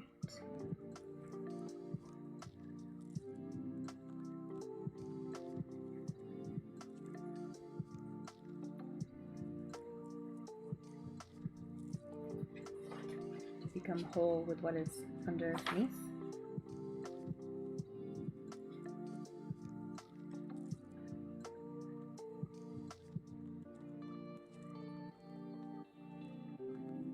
Reintegrate. Take ownership, accept, acknowledge, move with. I like that. High fantasy. Main character is a witch who returns to her home village when her grandmother dies unexpectedly and has to deal with some toxic family having the mantle of leadership passed down to her and some secret she doesn't remember she's keeping. The only person she can lean on, who has a prayer of keeping her sane, is the family armorer, who's also a surrogate big brother. Ooh, sounds good. Sounds interesting. I like it. Witches are super trendy right now, so like, strike now. Write it now. You gotta write it now, because witches are hot right now. And if you wait 5 years, it'll be too late, so don't let yourself procrastinate. There's my motivation for you.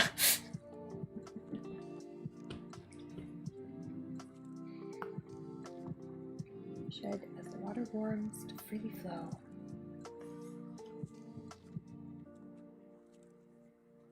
To integrate.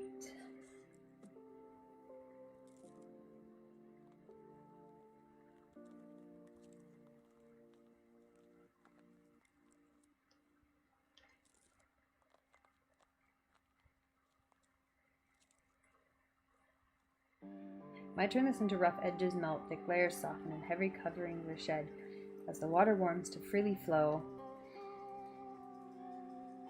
Oh, and mix and integrate. I like integrate though, and incorporate. Integrate's still better. All beneath the surface. Integrate.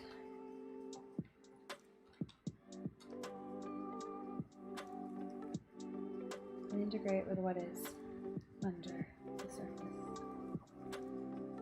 And integrate that underneath the surface. We're almost there. There is always a fantasy market. That's true. That's true. You think you have a modicum of talent. Excellent. Then you've got to share it with the world. I believe in you. Have you started writing already? Like, do you have an outline, or do you have a couple chapters, or how are you doing? Do you just have notes? What do you have so far?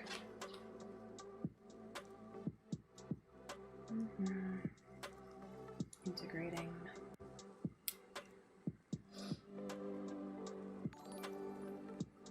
Oh, thanks for the follow, nice man. How's it going today? I'm so glad that stupid notification works again. If you can't chat for 10 minutes, I'm sorry, I'm going to be fixing that. I didn't realize that was still on. So sorry if you have to wait 10 minutes.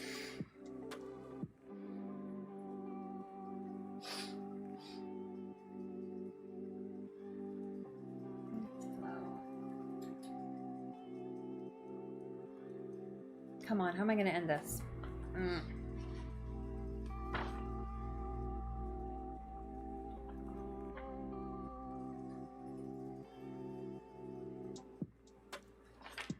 Integrate the whole underneath the surface. An integrated whole beneath the surface. Really flow. Integrated as one beneath the surface. No. Oh, this last line is getting me. The end of this is really getting me. You have an outline and an idea of how you want it to end. Oh, and you have about 5 chapters so far. That's pretty good. Good head start. You're on your way. That's good too, because once you start writing a couple chapters, even if you get stalled, you kind of know that you're in progress, like you're in motion. I find that always helps, because when you're at the very beginning, it's like, oh god. But once you have a little bit, you can come back to it and keep diving in again.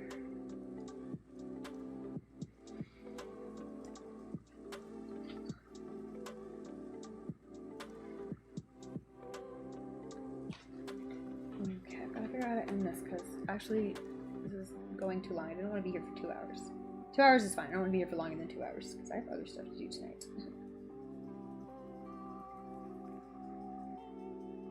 But I'm pleased with this poem, actually.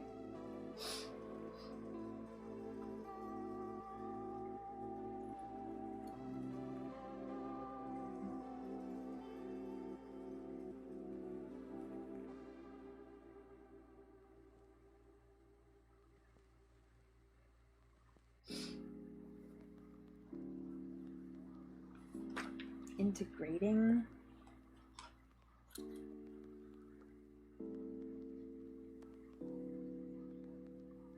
the surface and the underneath.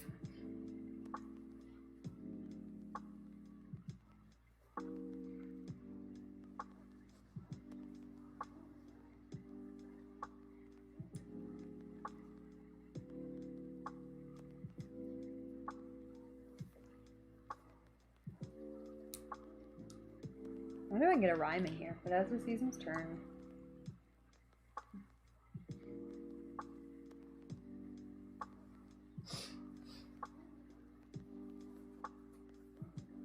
I might be making it harder on myself.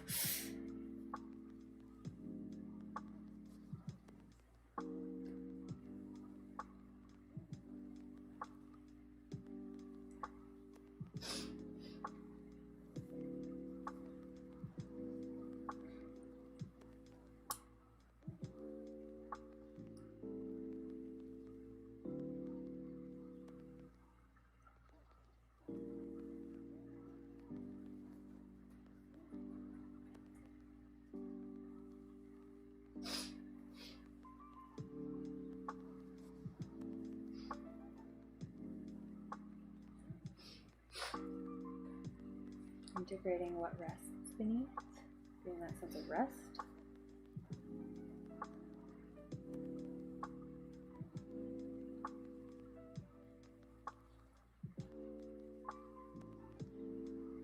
What now rests beneath.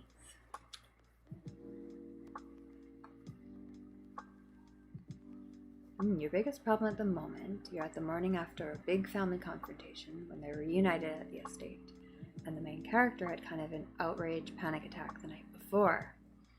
Trying to walk that fine line of telling me you have trauma without telling me you have trauma. Yeah, I mean, if you've got like a good kind of... I would say try to lean on one particular like trauma outlet, like what behavior or like thought pattern or like whatever is that character's trauma response. I would lean on like specifics repeatedly rather than trying to like add new trauma responses on, because you don't want them to like have a breakdown and lash out and do X and do Y and now they can't talk and now they can't move and now they're crying and like just piling. Some people try to like pile too much stuff on a character to make it serious, and it's like the readers will get it. Just like focus on what's about that character, what's their true response to this situation, what do they lean on, because people naturally like they'll rely on one response as long as it keeps working for them. So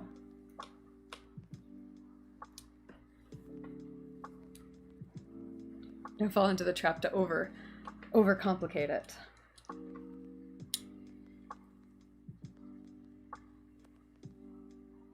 Okay, how am I gonna end this? I gotta end it now. Freely flow, integrate. Maybe I'm stuck on integrate and I should switch it out because I'm not getting anywhere with it.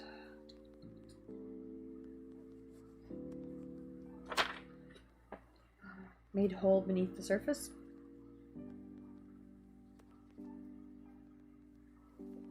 Integrated and made whole beneath the surface. Made whole. Integrated as a whole beneath the surface into a... Ooh, come on, I can get this. I can figure this out. Where are we going with this? As one beneath the surface into one, to freely flow. One whole beneath the surface. But see, I don't like the way that sounds, so made whole is okay, but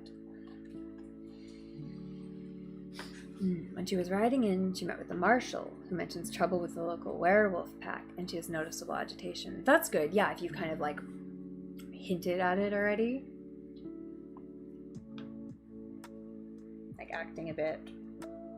I mean, if it's pretty early in the story, people might not know it's out of character yet, but they might know that it's nervous or tense or something. Oh, it's part of what she doesn't remember she witnessed, so it confuses her.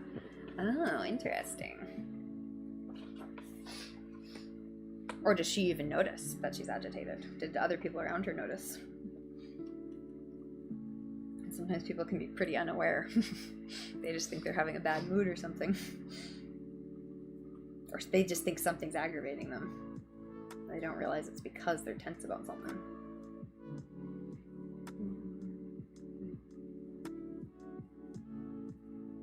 And move as one. And move as one.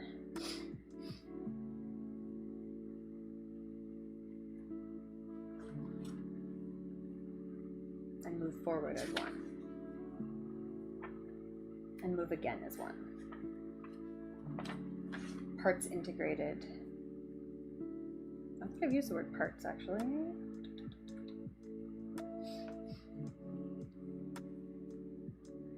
Parts integrated to move as one again.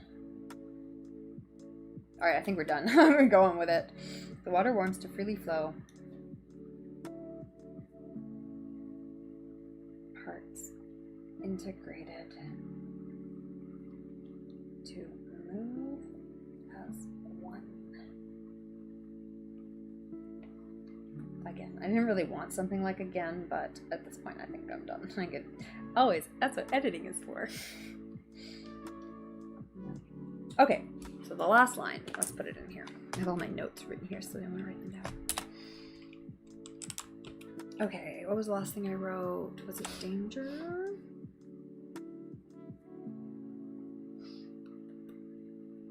It was danger, okay.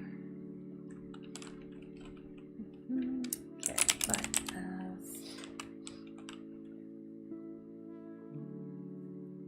I already have as later in the sentence, but... Seasons turn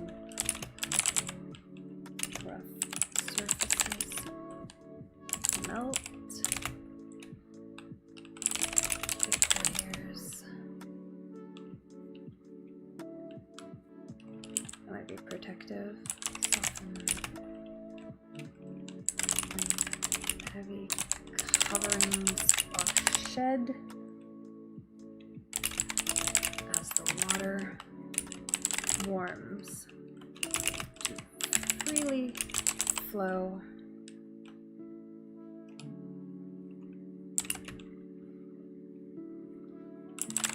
Parts integrated to move as one. Again.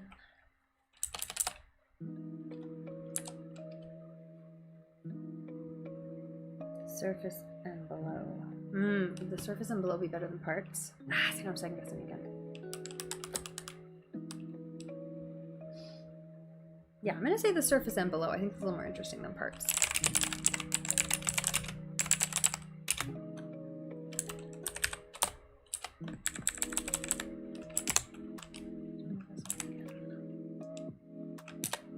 Alright.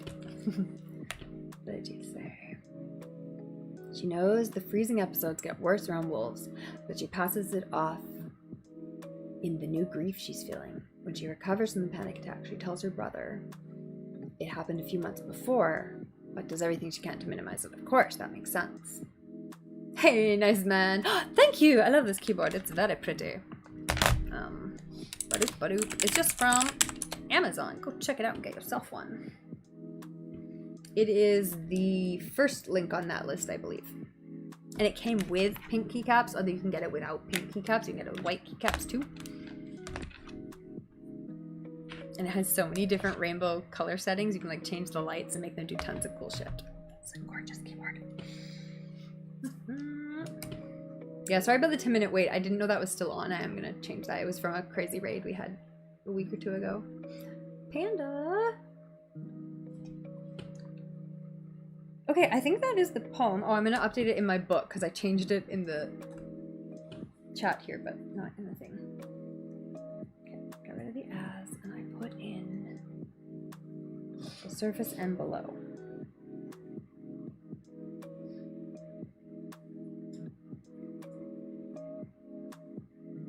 Oh, that's because I was going to get rid of surface in that other line. What's the synonym for edges? Anyone have a synonym for edges? So I gotta open Firefox up to find someone to raid anyways, so we'll see if the stream can handle me opening Firefox or not. It couldn't before, and then the stream died. Blood. So if the stream dies, goodbye. But I don't think it's dying quite yet. It should be alright for a minute.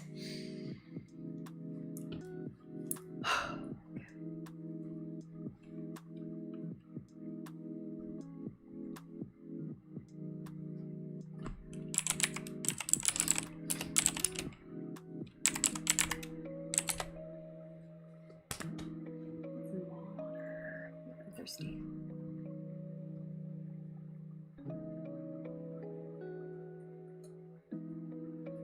Not the most healthy way of dealing with PTSD, but it's a place to start on the hero's journey. Exactly. If the main character was perfect when you start the story, it's not much of a story. They gotta have some problems. They gotta have some stuff they don't know how to deal with. They gotta have some stuff they're dealing with in, like, the worst possible way. That is something they're getting really wrong, so that they can learn how to get it right by the end. Have you listened to Abby Emmons on her dealing with characters like fatal flaws and character flaws and stuff? She's so good. She's really good about talking about how to write a character's like problem and integrate that into the theme and like make it work for the whole story. She's on YouTube, Abby Emmons, I believe. I really like her videos on story structure and character, and she's good. Frodo's life was wonderful, but he knew something was missing. He didn't feel comfortable in it. He wanted to... That's the thing, they wouldn't... Like, Frodo and Bilbo both were like, oh, my life was so perfect before these adventures. But it's like, really? Why did you choose to go on the adventure if your life was so perfect?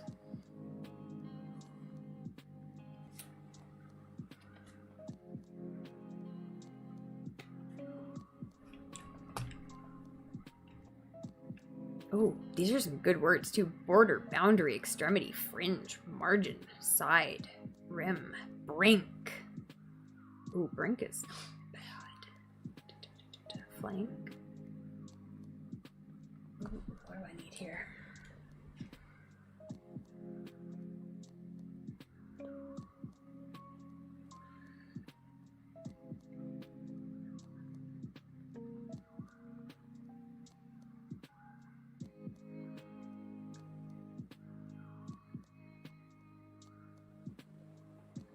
I'm gonna go rough edges. I'm gonna spell edges correctly so that I can go jagged borders earlier in the poem. Not a bad word either. But I think that's all I need.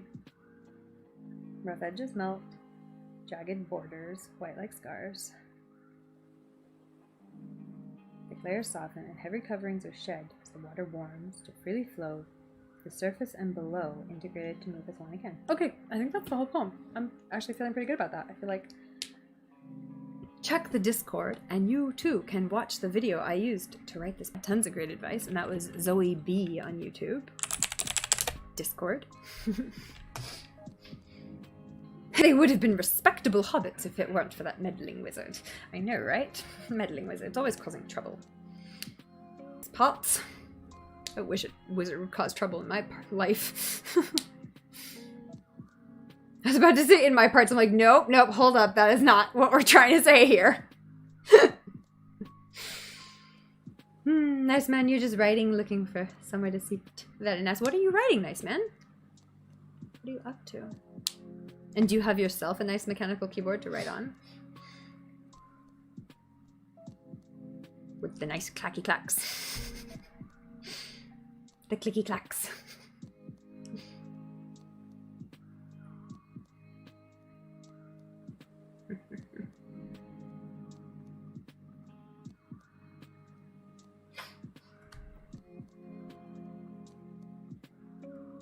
Right? And now you have Tolkien's theme. There's more to life than being a respectable hobbit.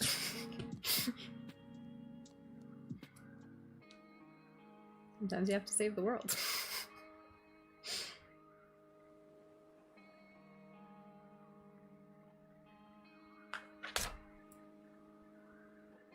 I'm not a Tolkien scholar. Don't come at me.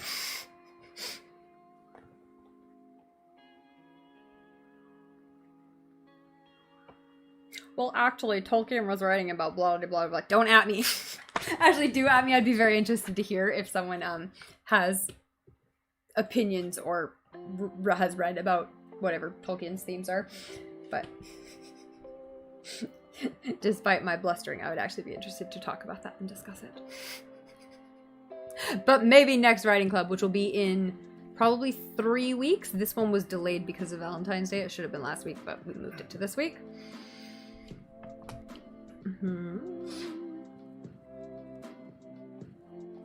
But usually it's on the second Monday of the month. Book club is on the first Monday of the month. Put these in the thing. Oh, that's not gonna work. Let's try that one. Book club. And then writing club. Did I make one for writing club? Excuse me. I did! Look at that. Second Monday of the month is writing club. First Monday of the month is book club. You have a nice clicky keyboard for writing, and you're working on a story that came to mind the other day that you thought would be fun. Oh, feel free to share what kind of story it is, what it's about, or what inspired it. Just a short story? I'm all about the short stories. Anything longer than like, actually I say this, I usually write things under the 2,000 words, but my most recent thing was quite long. It was like, no, it wasn't quite long compared to most people. It was long for me. It was like 15,000 words or something like that, which was a lot for me. So I was impressed, but I haven't quite finished that one yet. It's like 75% done, which is also impressive because it's that many words and it's not done yet, but I'm gonna finish it at some point. That's kind of why I started this club, actually, because I'm like, I need to set time to like work on that story. But then I've been on poetry for the last 2 months, but I keep finding new stuff about how to write poetry, and I'm like, oh, I do want to write poetry. I never write poetry, and I always want to. It's one of those things I always think about when I'm like, it's like, oh, I should go sit in the park and write poetry. I should go to the cemetery and write poetry or read poetry, and then I never do it. So I'm like, damn it, writing club, we're gonna do it. Appreciation for Legolas. Everyone else was like, after this, for the honor of my people, to redeem my blood. Here I am, a pointy-eared Elvis princeling. My dad kicked me out of the forest, and I got nothing better to do. Let's go.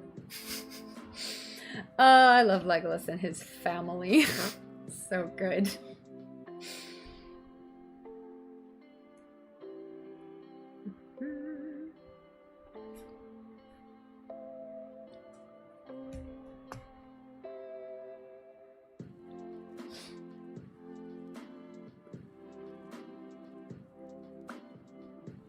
Oh, Coffee Quills is writing. Who else is writing? Right now it's a fantasy thriller short story, but you're really enjoying it, so you might end up doing more than a short story. Very cool. Fantasy thriller. Ooh, interesting.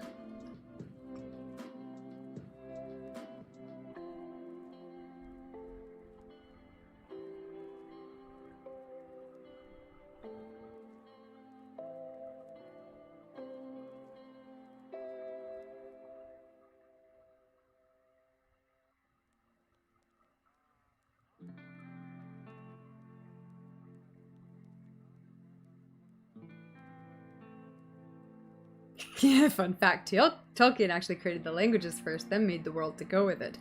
Tolkien was such a fucking nerd. It's absolutely insane when you start like getting into more of the amount of detail that's involved in these worlds and stories and cultures and languages, and oh my god, it's nuts. He gets fully off the hook. Very cool stuff.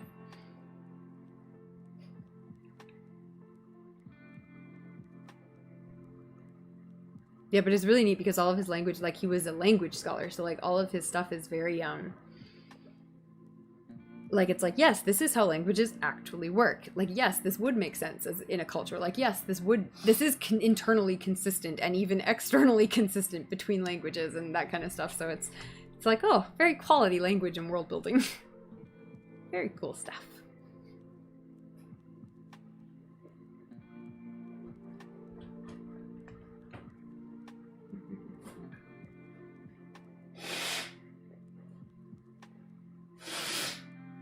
He was a notable contributor to the Oxford English Dictionary. Yep, that makes sense. You love reading about his friendship with C.S. Lewis. I love C.S. Lewis.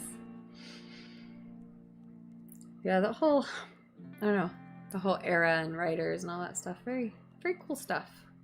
Very interesting people, right? And the stream's dying because I opened up thing. All right, we gonna raid. Hopefully you can still hear me. The stream's being a little twitchy because I'm getting weird.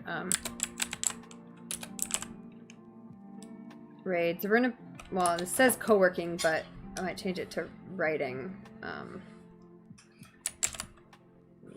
we go.